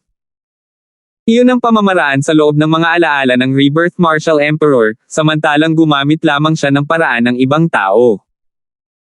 Big Brother Alvin, sa ganitong paraan, nakuha mo ang mana ng Martial Monarch. Si Nympha ay may dagdag na pakiramdam ng hindi maipaliwanag na pinanibik habang nagpadala siya ng voice transmission kay Alvin. Mana ng Martial Monarch, kahit siya ay interesado rin dito. Magsasalita pa sana si Alvin tungkol sa pamana ng Martial Monarch kay Nympha nang biglang tumunog ang dalawang napakalaking putok at nagambala siya. Bang! Bang! Ang dalawang napakalaking putok ay umalangaw-ngaw, at sa isang lugar na maaabot ng tingin ni Alvin, sa kabilang panig ng malayong pader ng kuweba, isa pang dalawang butas ang lumitaw. Sa loob ng pagkakahawak, dahan-dahang bumangon ang dalawang pinto. Kasabay nito, swish! Swish! Isang itim at puting kidlat ang lumipad palabas mula sa mga pintuan ng bato, at ang kanilang destinasyon ay nakaturo ng diretso kay Alvin. Pagkaraan ng maikling sandali, lumitaw ang isang itim at puting maliit na sawa sa balikat ni Alvin. His, tuwang-tuwa silang nag-flick ng kanilang mga dila habang nilalamas nila ang mukha ni Alvin. Kuya Alvin, mukhang mas matalik pa rin ang Little Black at Little White sa iyo. Hinanap ka nila kaagad paglabas nila. Si Nympha ay nakatayo sa malapit at nagsalita na may bahagyang maasim na tono. His, matapos marinig ng dalawang maliliit na sawa si Nympha, maingat nilang iniwan si Alvin para kumislap sa balikat ni Nympha at pumitik ang kanilang mga dila para aliwin siya. Isang nasisiyahang ngiti ang ipinakita ni Nympha. Bahagyang ngumiti si Alvin. Sa mga tuntunin ng edad, ang maliit na batang babae na ito ay higit sa 20 taong gulang. Ngunit ang kakayahang mapanatili ang pagiging inosente ng bata ay talagang mahirap makuha. Little Black, Little White, ilang pagsubok ang nalampasan ninyong dalawa. Tiningnan ni Alvin ang dalawang maliliit na sawa at nagtanong. Squeak squeak. Samantala, ang maliit na gintong daga ay tumingin sa dalawang maliliit na sawa ng may interes, at ang kanyang jade green na mga mata ay halatang naglalaman ng nababagabag na ekspresyon. Halatang nag-aalala siya na ang mga resulta ng dalawang maliliit na sawa ay malalampasan siya. Nang malaman niya na ang dalawang maliliit na sawa ay katulad niya at nakapasa lamang sa dalawang pagsubok, tuwang-tuwa ang maliit na gintong daga. Ang Little Black at Little White ay nakapasa sa 100 Origin Shadow Puppet at Earth Puppet na mga pagsubok. Ngunit, sa Little Gold, Little Black, at Little White, ang iba pang 4 na pagsubok ay talagang medyo mahirap. Naisip ni Alvin sa kanyang puso. Buti na lang ligtas kayong dalawa. Sa pagsusulit naman, hindi mahalaga kung nakapasa ka o hindi. Tumingin si Alvin sa dalawang maliliit na sawa at inaliw sila. Alam na alam ni Alvin na nakaranas ng 6 na pagsubok sa ikatlong antas, na mayroong tiyak na antas ng nakamamatay na panganib sa 3 pagsubok ng lakas, at walang alinlangang napakapalad na makaligtas. His, pagkatapos ng pangaaliw ni Alvin, ang orihinal na naduduwag na maliliit na sawa ay muling naging masayahin. Kuya Alvin, hindi mo sinabi sa akin ang tungkol sa pamana ng Martial Monarch na nakuha mo. Muling narinig ang boses ni Nympha sa pandinig ni Alvin. Nang sinadya ni Alvin na sagutin si Nympha. Naulit ang kasaysayan. Isang napakalaking putok ang tumunog upang matakpan muli si Alvin. Bang! Nahati ang distansyang pader ng kuweba ng malakas, na nagdulot ng pagbagsak ng mga piraso ng bato, at isang pinto na dahan-daang bumangon sa loob. Sa ilalim ng mga titig ni na Alvin, Nympha, at Domang, isang usher at may edad na figure ang lumabas mula sa loob ng pinto. Kuya Hu. Kalalabas lang ng matandang asul na nakadamit ng sumigaw na si Domang, at ang kanyang mga mata ay napuno ng nagbabagang pananabik. Ang taong lumabas ngayon ay tiyak na eksperto, na inimbitahan ni Domang para sa Sword Monarch's Treasure, at nakipagkasundo siya sa matandang lalaki na pareho nilang ibabahagi ang lahat ng nakuha nila sa Sword Monarch's Treasure. Lumabas si Elder Hu at walang pakialam na tumingin kay Domang bago tumangala sa langit at nagbabalak na lisanin ang Sword Monarch's Treasure. Kuya Hu. Si Domang na orihinal na nag-aasam na si Elder Hu ay pantay na magbabahagi ng kanyang mga natamo sa kanya ay naging malungkot, at si Domang ay nagmamadaling pumanhik sa langit upang pigilan si Elder Hu. Kung ayaw mong mamatay, then FK off right now. Galit na pinandilatan ni Elder Hu si Domang habang nagsasalita ito ng may malungkot na boses. Kuya Hu, nakalimutan mo na ba ang kasunduan natin? Tanong ni Domang sa mahinang boses. Kasunduan? Anong kasunduan? Malamig na ungol ni Elder Hu. Elder Hu, sinabi mo na pagkatapos nating makapasok sa Sword Monarch's treasure, kung ano man ang nakuha natin, kailangan nating ibahagi ito ng pantay-pantay. Mali ba ako? Tanong ulit ni Domang. 627. Domang, tinatanong mo ba ako? Bahagyang lumungkot ang mukha ni Domang nang marinig niya si Elder Hu. Hindi ko sinasadya sa ganoong paraan. Gusto ko lang ipaalala kay Elder Hu na kung hindi dahil sa akin, imposibleng makapasok ka sa Sword Monarch's treasure. Nagsalita ulit si Domang. Ang kanyang mga salita ay walang alinlangan na naghatid ng iisang kahulugan, kung hindi dahil sa akin ang nagtataglay ng susi sa Sword Monarch's treasure, at kung hindi dahil sa akin ang nagdala sa iyo, lubos na imposible para sa iyo na magkaroon ng bahagi ng Sword Monarch's treasure. Ang mga salita ni Domang ay naging dahilan upang maging mas malungkot ang ekspresyon ni Elder Hu. For a time, gusto niyang sumiklab. Ngunit nang hindi sinasadyang dumaan ang kanyang tingin sa dalawang tao sa lupa na kalmadong nakatingin sa kanya at kay Domang, hindi niya napigilan ang kanyang galit. Huminga siya ng malalim at hindi direktang ibinuhos ang lahat ng pagpapanggap kay Domang. Natatandaan ko talaga ang kasunduan na iyon. Ngunit, wala akong nakuhang kahit ano sa ikatlong antas ng Sword Monarch's treasure sa pagkakataong ito, kaya paano ko ibabahagi ang mga kayamanan sa iyo ng pantay-pantay? Bumalik sa kalmado ang ekspresyon ni Elder Hu habang nagsasalita siya ng walang pakialam. Sa kasalukuyan, si Elder Hu ay walang kahihiyang hitsura. Nasa iyo ang iyong mga plano at mayroon akong paraan upang harapin ito. Wala ka bang nakuha? Naging malungkot ang mukha ni Domang. Ang kawalang hiyaan ni Elder Hu ay lumampas sa kanyang inaasahan. Si Elder Hu, ayon sa aking kaalaman, sa mga pagsubok sa ikatlong antas, ang gantimpala ng unang pagsubok ay isang Spirit Sword. Ang pinakamaganda ay isang Grade 1 Spirit Sword, at ang pinakamasama ay isang Grade 3 Spirit Sword. Ngayon, sinasabi mo sa akin na hindi ka nakakuha ng anumang kayamanan mula sa ikatlong antas. Sa tingin mo ba maniniwala ako sa iyo? Nang matapos magsalita si Domang, ang kanyang tono ay naglalaman ng bahagyang galit, at ganap niyang itinapon ang lahat ng pagkukunwari. O di kaya, sa tingin mo madali akong daing? Hindi ko alam ang sinasabi mo. Anong Spirit Sword? Wala akong alam. Bahagyang pagkabigla ang dumaan sa kaibuturan ng mga mata ni Elder Hu, at halatang nagulat siya na alam talaga ni Domang kung ano ang naranasan niya, ngunit hindi pa rin nagbabago ang kanyang ekspresyon habang patuloy siyang nagsasalita. Kung ito ay isang tao na hindi nakakaalam ng anumang mas mahusay, ang taong iyon ay maaaring nalinlang niya. Ngunit posible bang linlangan niya si Domang, na nalaman na ang tungkol sa mga pagsubok sa ikatlong antas? Elder Hu, maaari kong talikuran ang Spirit Sword na nakuha mo. Ngunit mangyaring ilabas ang iba pang mga kayamanan na nakuha mo. Diretsyong nagsalita si Domang. Nasabi ko na sayo na wala akong nakuhang kayamanan. Kung maglalakas loob ka pa ring patuloy na bumulong-bulong, tiyak na papatayin kita. Nagsalita si Elder Hu na may malungkot na ekspresyon, at ang kanyang tono ay puno ng nagbabantang layunin. Ha. Biglang tumawa ng malakas si Domang, at napuno ng kaba ang tawa niya. Hindi ko talaga akalain na bago ang ganap na benepisyo, si Elder Hu ay magbabago ng ganoon.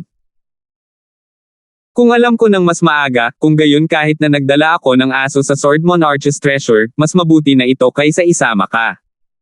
You dare insult me as being lower than a dog. Nagdilim ang ekspresyon ng mukha ni Elder Hu, ang origin energy sa kanyang katawan ay lumundag na parang bola ng labis na nagngangalit na puting apoy, at handa itong sumingil at lamunin si Domang anumang oras. Hindi kaya ikaw. Matapos iwaksi ang lahat ng pagkukunwari, si Domang ay walang anumang pag-aalinlangan. Kung sa tingin mo ay hindi, kung gayon, maglakas loob ka bang tanggalin ang pagmamay-ari ng spatial ring sa iyong kamay at hayaan akong tumingin. Kung walang grade 3 spirit sword o mas mataas sa loob nito, tiyak na hindi na kita guguluhin muli.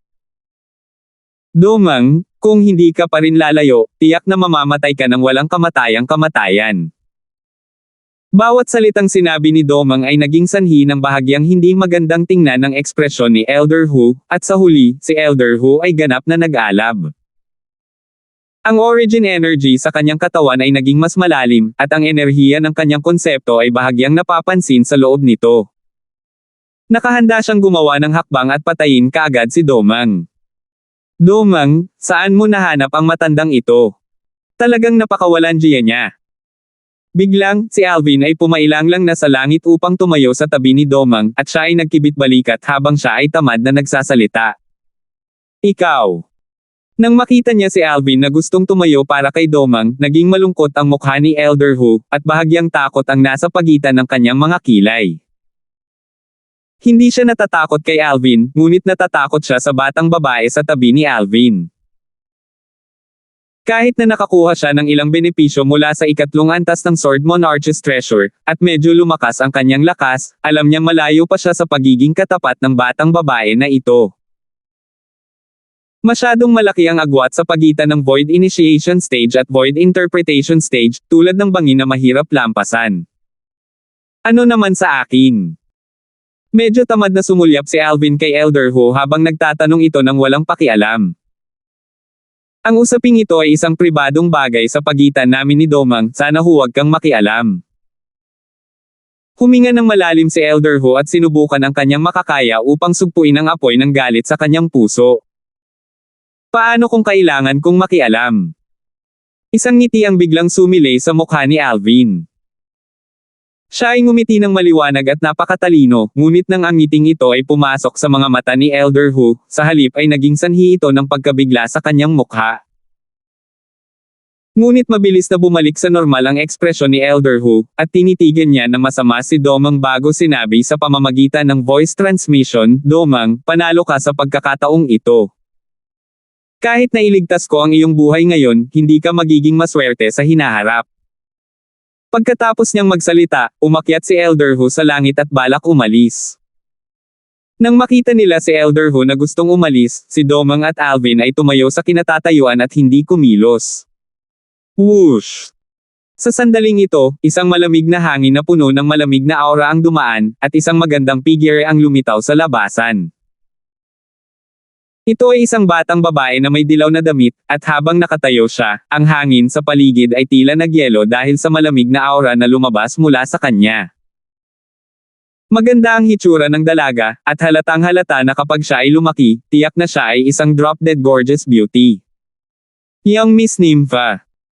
Nang makita niyang lumitaw ang batang babae at duguan, huminga ng malalim si Elder Hu at dahan-daang nagsalita. Napagpasyahan ko na huwag pahirapan si Domang, pero iniisip ko kung ano ang gusto mong gawin sa pagharang sa aking landas.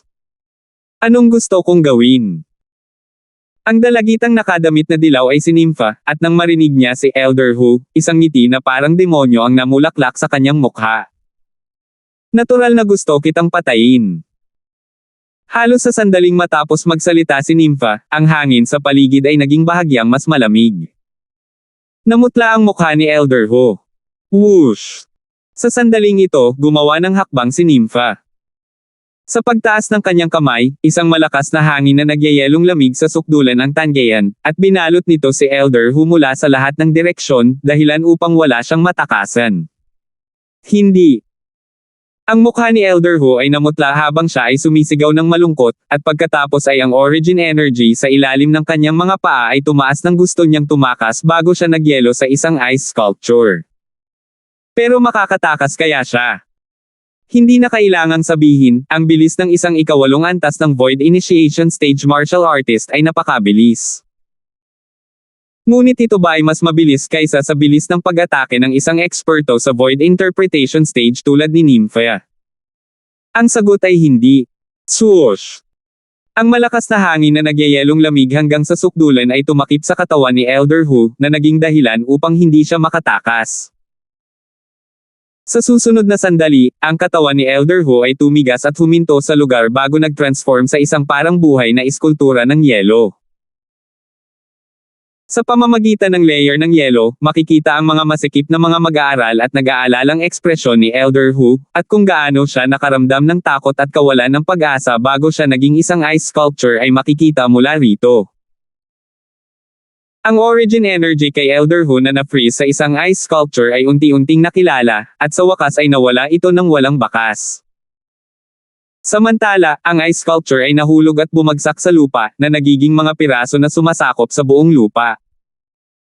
Isang 8-level void initiation stage martial artist, patay na. Whoosh! Kasabay ng pagtataas ni Nympha ng kanyang kamay, isang piraso ng yelo sa lupa ang lumipad pataas upang bumaba sa kanyang kamay, at mayroong spatial ring sa loob nito. Sa pamamagitan ng ibabaw na layer ng fragment ng yelo, makikita na ang spatial ring ay napakasimple at mababa ang grado. Whoosh! Dito. Sa sandaling magsalita si Nympha, ang origin energy ay namumulaklak sa kanyang kamay, na naging sanhi ng unti-unting pagkatunaw ng pira-pirasong yelo at naiwan lamang ang spatial ring sa huli, at pagkatapos ay itinaas ang kanyang kamay, inihagis niya ang spatial ring sa kanyang kamay kay Domang. Dali-dali itong tinanggap ni Domang at may pasasalamat na tumingin kay Nympha. Salamat yang Miss Nympha. Salamat yang Miss Nympha. Nakatulong ka kay Kuya Alvin, at gusto ka rin niyang tulungan. Kaya natural na hindi ako magtatagal. Bahagyang tumango si Nympha. Tumayo si Alvin sa malapit at bahagyang ngumiti. Nympha, dapat na rin tayong umalis. Nakangiting tugon ni Nympha bago umakyat sa langit at iniwan ang Sword Monarch's treasure kasama sina Alvin at Domang, pagkatapos ay dumaan sila sa inscription formation na bumabalot sa pasukan upang muling bumalik sa kailaliman ng dagat. Sa pasukan sa Sword Monarch's treasure, sa wakas ay gumalaw ang napakalaking nilalang na nakahiga doon. Big guy. Si Nympha ang unang lumipad palabas at bumaba sa likuran ng napakalaking nilalang. Awo! Nang makita nito si Nympha, ang napakalaking nilalang ay sumigaw sa mahinang boses, at ang boses nito ay may bahagyang panginginig sa loob. Halatang may namumuong takot sa puso nito. Ang napakalaking nilalang ay ang Three-Eyed Flame Tiger, ang Empire Guarding Demon Beast ng Darkstone Empire. Sinundan nina Alvin at Domang si Nympha upang bumalik sa likuran ng Three-Eyed Flame Tiger, at ang pagkabalot ng Three-Eyed Flame Tiger's origin energy barrier ay nagbigay daan sa kanila na hindi mag-alala tungkol sa pagpigil sa presyon sa kailaliman ng dagat. Big guy? Tara na. Kasabay ng pagsasalita ni Nympha, ang Three-Eyed Flame Tiger ay tumapak sa lupa gamit ang 4 na paa nito. Dumagundong. Dumagundong. Sa kailaliman ng dagat, yumanig ang lupa at yumanig ang mga bundok. Ang Three-Eyed Flame Tiger ay nag-transform sa isang mabilis na umaagos na liwanag na kumikislap paitaas, at saan man ito dumaan, ang tubig sa dagat ay nahati sa 2 batis na kumalat sa magkabilang panig ng Three-Eyed Flame Tiger, na naging dahilan upang ito ay tila napakalakas. Hindi nagtagal, sina Alvin at ang iba pa ay sumakay sa Three-Eyed Flame Tiger upang lisanin ang walang hangganang malawak na karagatan upang bumalik sa ibabaw. Sa buong daan, bagamat nakatagpo sila ng maraming mabangis na hayop, gayunpaman sila ay direktang pinatay ng Three-Eyed Flame Tiger. Tulad ng para sa mga demonyong hayop, kapag nahaharap sa isang nakakatakot na pag-iral tulad ng Three-Eyed Flame Tiger, matagal na silang takot na takot hanggang sa punto ng pagtatago. Ang lugar ng dagat na ito ay hindi malayo sa Cloud Continent, at ang mga demonyong hayop na nakatago dito ay may mga ordinaryong lakas. Kung gugustuhin ng Three-Eyed Flame Tiger, ito ay ganap na may kakayahang mangibabaw sa buong lugar ng dagat na may kakilakilabot na lakas. Big guy? Bumalik muna tayo sa Darkstone Empire, sabi ni Alvin sa Three-Eyed Flame Tiger. Sinadya niyang pauwiin muna si Domang bago bumalik sa kabisera ng Dark Cloud Dynasty. Unknowingly, another few months has passed, and the Dynasty Martial competition is getting closer and closer. Habang nakatingin siya sa direksyon ng Dark Cloud Dynasty, kumislap ang tingin ni Alvin at bumulong siya sa kanyang puso. Matapos ipaalam kina Nympha at Domang, umupo si Alvin na naka-cross-legged sa likod ng Three-Eyed Flame Tiger at nagsimulang magtanim. 9 Dragons War Sovereign Technique, Earth Dragon Form. Kasabay nito, isang malagatas na puting bato ang lumitaw sa kamay ni Alvin, at iyon mismo ang mababang grado na Origin Stone na nakuha niya sa Sword Monarch's Treasure. Sa kasalukuyan, hawak ni Alvin ang mababang grado na Origin Stone at hinigop ang condensed Origin Energy ng langit at lupa sa loob ng Origin Stone para linangin, at ang kanyang cultivation ay sumulong sa napakalaking bilis na hindi maihahambing sa dati niyang bilis. Nang maramdaman niya ang walang hangganang Origin Energy sa loob ng kanyang katawan, ang mga sulok ng bibig ni Alvin ay kumulat sa isang malabong ngiti. Ang mababang grado na Origin Stones ay sunod-sunod na kinain ni Alvin, samantalang, ang paglilinang ni Alvin ay umuusad din sa sobrang nakakatakot na bilis. 628. Dahil noong sila ay patungo sa kinaroroonan ng Sword Monarch's Treasure, ang Three-Eyed Flame Tiger ay sumusunod sa likod ng Jade Sword na may bilis na hindi maituturing na mabilis, sadyang binagulan nito ng husto ang bilis nito. Sa pagkakataong ito, hindi na nito kailangang sumunod sa likod ng Jade Sword, kaya ang Three-Eyed Flame Tiger ay gumugol lamang ng kalahating buwan ng oras upang ipadala ang grupo ng tatlo ni Alvin sa Darkstone Empire. Whoosh! Ang Three-Eyed Flame Tiger ay bumagsak sa kalangitan na parang ito ay nag-transform sa isang napakalaking bola ng nagninangas na ulap, at ito ay dumiretso, nag-iwan ng isang pulang-pula na ambon sa kalangitan na nakasisilaw at maganda. Sa likod ng Three-Eyed Flame Tiger na malawak na parang football field, nakatayo sa likod ng ulo nito ang dilaw na nakadamit na batang babae na may dalawang maliliit na sawa na nakapulupot sa kanyang palso. Ang dalawang maliliit na sawa ay hindi gumawa ng anumang paggalaw, at sila ay posibleng natutulog o naglilinang.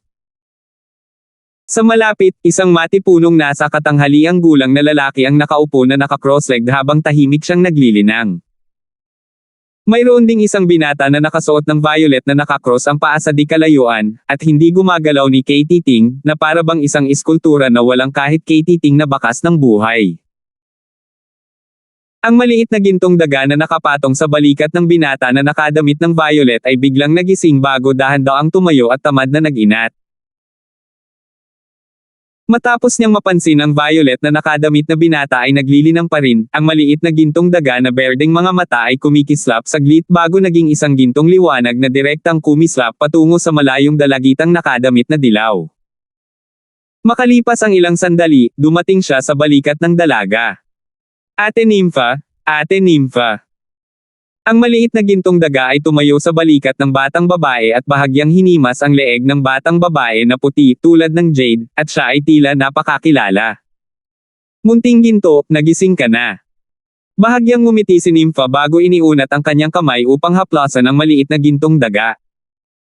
Nakabalik na tayo sa Darkstone Empire. I wonder kung kailan gising si Kuya Alvin. Squeak squeak.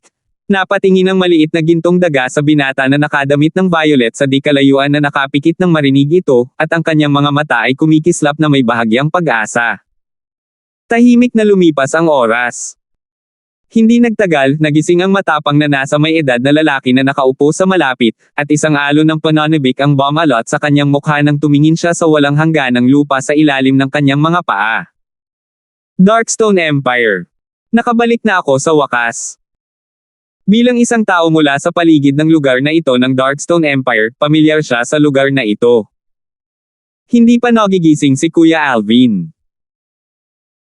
Ang matapang na lalaking nasa katanghaliang gulang ay si Domang, at sinulyapan niya ang binata na nakadamit ng violet sa di kalayuan bago tumingin sa batang babae na may dilaw na damit na nakatayo sa likod ng ulo ng Three-Eyed Flame Tiger. Young Miss Nympha, malapit lang ang bahay ko, kaya hindi ko na ipagpatuloy ang pag-istorbo sa inyo ni Kuya Alvin. Mangyaring ipasa ang aking palm kay Brother Alvin kapag nagising na siya. Sinadya ni Domang na umalis. Okay. Sinulyapan ni Nympha ang malayong Alvin na hindi pa nagising mula sa kanyang cultivation, at bahagya itong tumango. Sasabihin ko kay Kuya Alvin kapag nagising na siya. Kung gayon, guguluhin ko ang young Miss Nympha niyan. Magalang na tumango si Domang kay Nympha bago sumulyap kay Alvin at umalis. Palagi siyang nagpapasalamat sa kanyang puso kay Alvin. Tinulungan na siya ni Alvin sa simula, samantalang, sa huli, nakakuha pa siya ng napakalaking magandang kapalaran dahil kay Alvin. Isang grade 2 spirit sword, lahat ng nakuha ni Elder Hu sa ikatlong antas ng Sword Monarch's treasure, at lahat ng kayamanan ni Elder Hu ay nasa kanya na ngayon. Kung dati, ito ay isang bagay na mahirap isipin, ito ay isang bagay na hindi niya pinangarap na isipin. Ngayon ang lahat ng ito ay naging katotohanan, at ang lahat ng ito ay dahil sa nakasuot ng violet na binata. Hindi mahalaga kung muli niyang makilala ang misteryosong binata na nakadamit ng violet sa hinaharap, tiyak na maaalala niya ang pabor na ito sa kanyang puso sa buong buhay niya. Kung magkakaroon siya ng pagkakataong gantihan ang binata na nakadamit ng violet, tiyak na hindi siya magdadalawang isip na magbuwis ng buhay.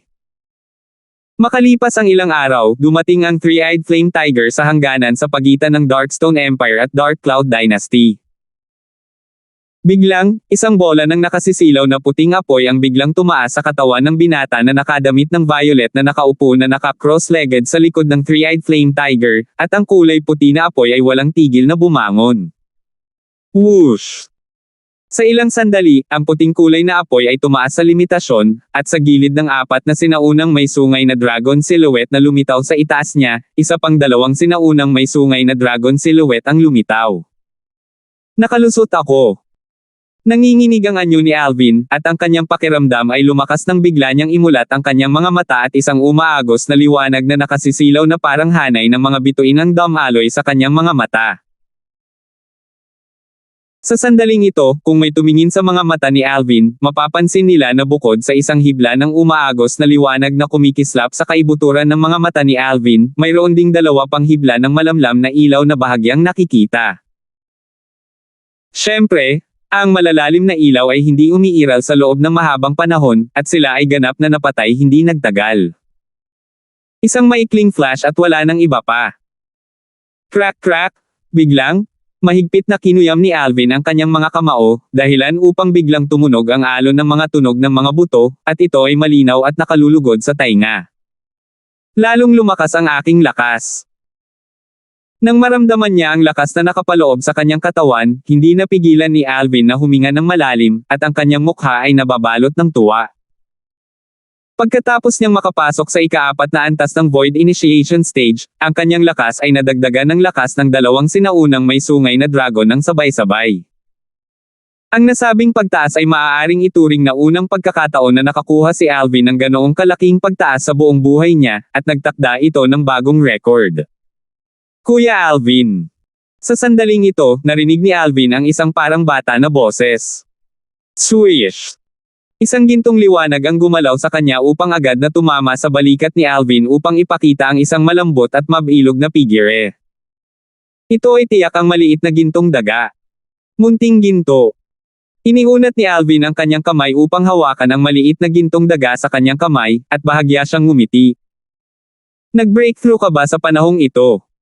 Kuya Alvin, nasira ko na. Ang maliit na gintong daga ay umangat sa kanyang ulo at nagsalita ng may kaunting kasiyahan, at ang kanyang parang bata na boses na sinamahan ng tono na ito ay naging dahilan upang ito ay medyo kakaiba. Binabati kita, Kuya Alvin. Samantala, isang boses na gumagalaw na parang boses ng isang oriole ang umalangaw-ngaw. Pagkaraan ng maikling sandali, isang magandang figure ang lumitaw sa harap ng mga mata ni Alvin, at halatang may napansin siya kay Alvin, dahilan upang batiin siya nito. Nympha. Lalong lumawak ang ngiti sa mukha ni Alvin habang nakatingin siya sa batang babae sa harapan niya. Big Brother Alvin, hindi mo pa sinabi sa akin kung ano ang inheritance ng Sword Monarch na nakuha mo. Sabi ni Nympha kay Alvin. Ang kanyang pares ng malalaking mata ay kumikislap na ngayon na may mga bakas ng kinang ng kuryosidad. Kanina, abala si Alvin sa paglilinang, kaya kahit na curious siya, hindi niya inistorbo si Alvin at pinigilan na magtanong. Ngayon, nang makita niyang si Alvin ay maayos na nakalusot, biglang bumangon muli ang kanyang pagkamausisa. Nang marinig niya si Nympha, natigilan si Alvin bago hindi napigil ang umiling at ngumiti. Hindi niya inaasahan na ang batang babae na ito, si Nympha, ay magiging matyaga. Ngunit para sa kanya, ang mga bagay na iyon ay hindi anumang bagay na kailangang itago sa harap ni Nympha. Hindi pa banggitin na palaging tinutulungan siya ni Nympha, sa misteryoso at nakakatakot na background ni Nympha, maaaring hindi man lang interesado si Nympha sa pamana ng martial monarch na nakuha niya, at higit sa lahat, curious lang siya. Nympha, sa oras na iyon. Kasunod nito, maingat na binanggit ni Alvin ang nangyari pagkatapos niyang maipasa ang lahat ng pagsubok sa ikatlong antas ng Sword Monarch's treasure, at wala siyang itinago, kabilang ang 3 malalim na fragment.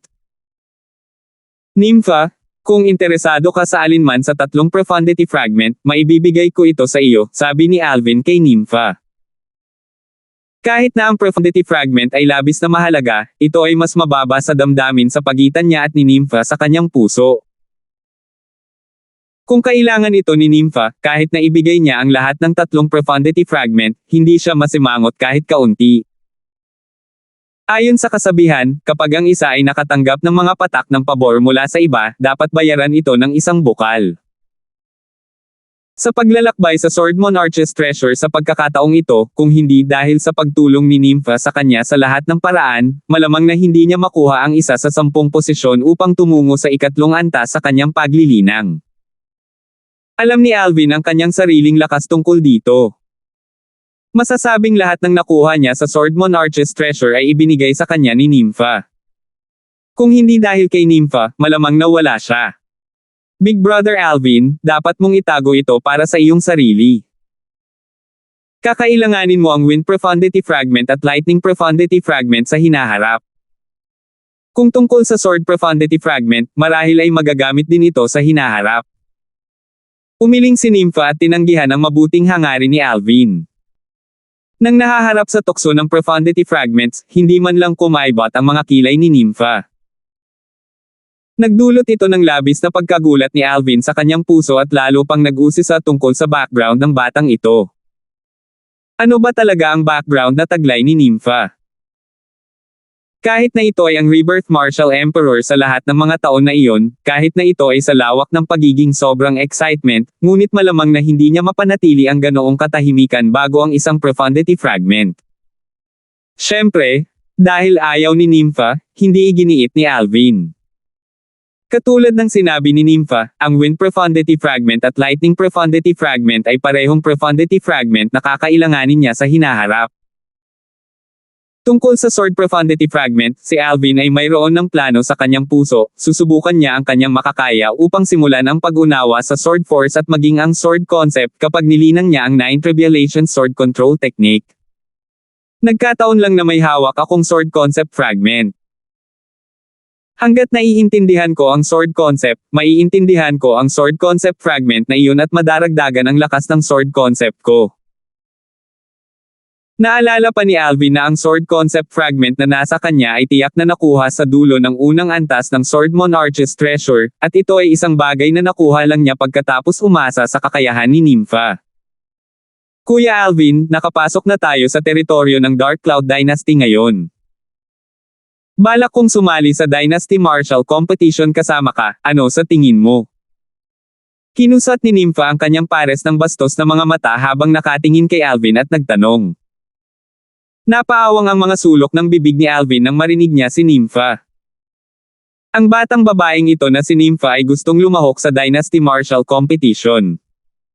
Hindi ba ito malinaw na nananakot sa iba? Maiisip ni Alvin na kung talagang lalahok ang batang babaeng ito na si Nympha sa Dynasty Martial Competition, malamang na walang makakapantay sa kanya. Ang pag-iral sa Void Interpretation Stage na mas malakas pa kaysa sa numero 1 eksperto ng Darkstone Empire, si King Yong, ay madaling masweep ang lahat ng mga batang henyo sa buong Dark Cloud Dynasty. Ayos lang basta interesado ka. Sinabi ni Alvin, siguro, hanggat binabanggit mo ang kaisipang ito kay Haring Yong, tiyak na maiinip niyang pipilitin ang isang tao na magbigay ng kanilang posisyon sa iyo. Ito ay isang bagay na matitiyak ni Alvin. Sa lakas ni Nympha, hanggat ang isang halimaw na bihirang makita sa mundo tulad ni Nympha ay hindi lumitaw, kung gayon kasama si Nympha na kumakatawan sa Darkstone Dynasty na lumahok sa Dynasty Martial Competition, ang unang ranggo sa Martial Competition ay nasa bag. Yun nga ang iniisip ko. Kapag bumalik na tayo sa capital of the Darkstone Empire, hihilingin ko kay Uncle Red Mole na bigyan ako ng posisyon. Ngumisi si Nympha. Salamat po at sinamahan ninyo ako, ingat lagi mga master.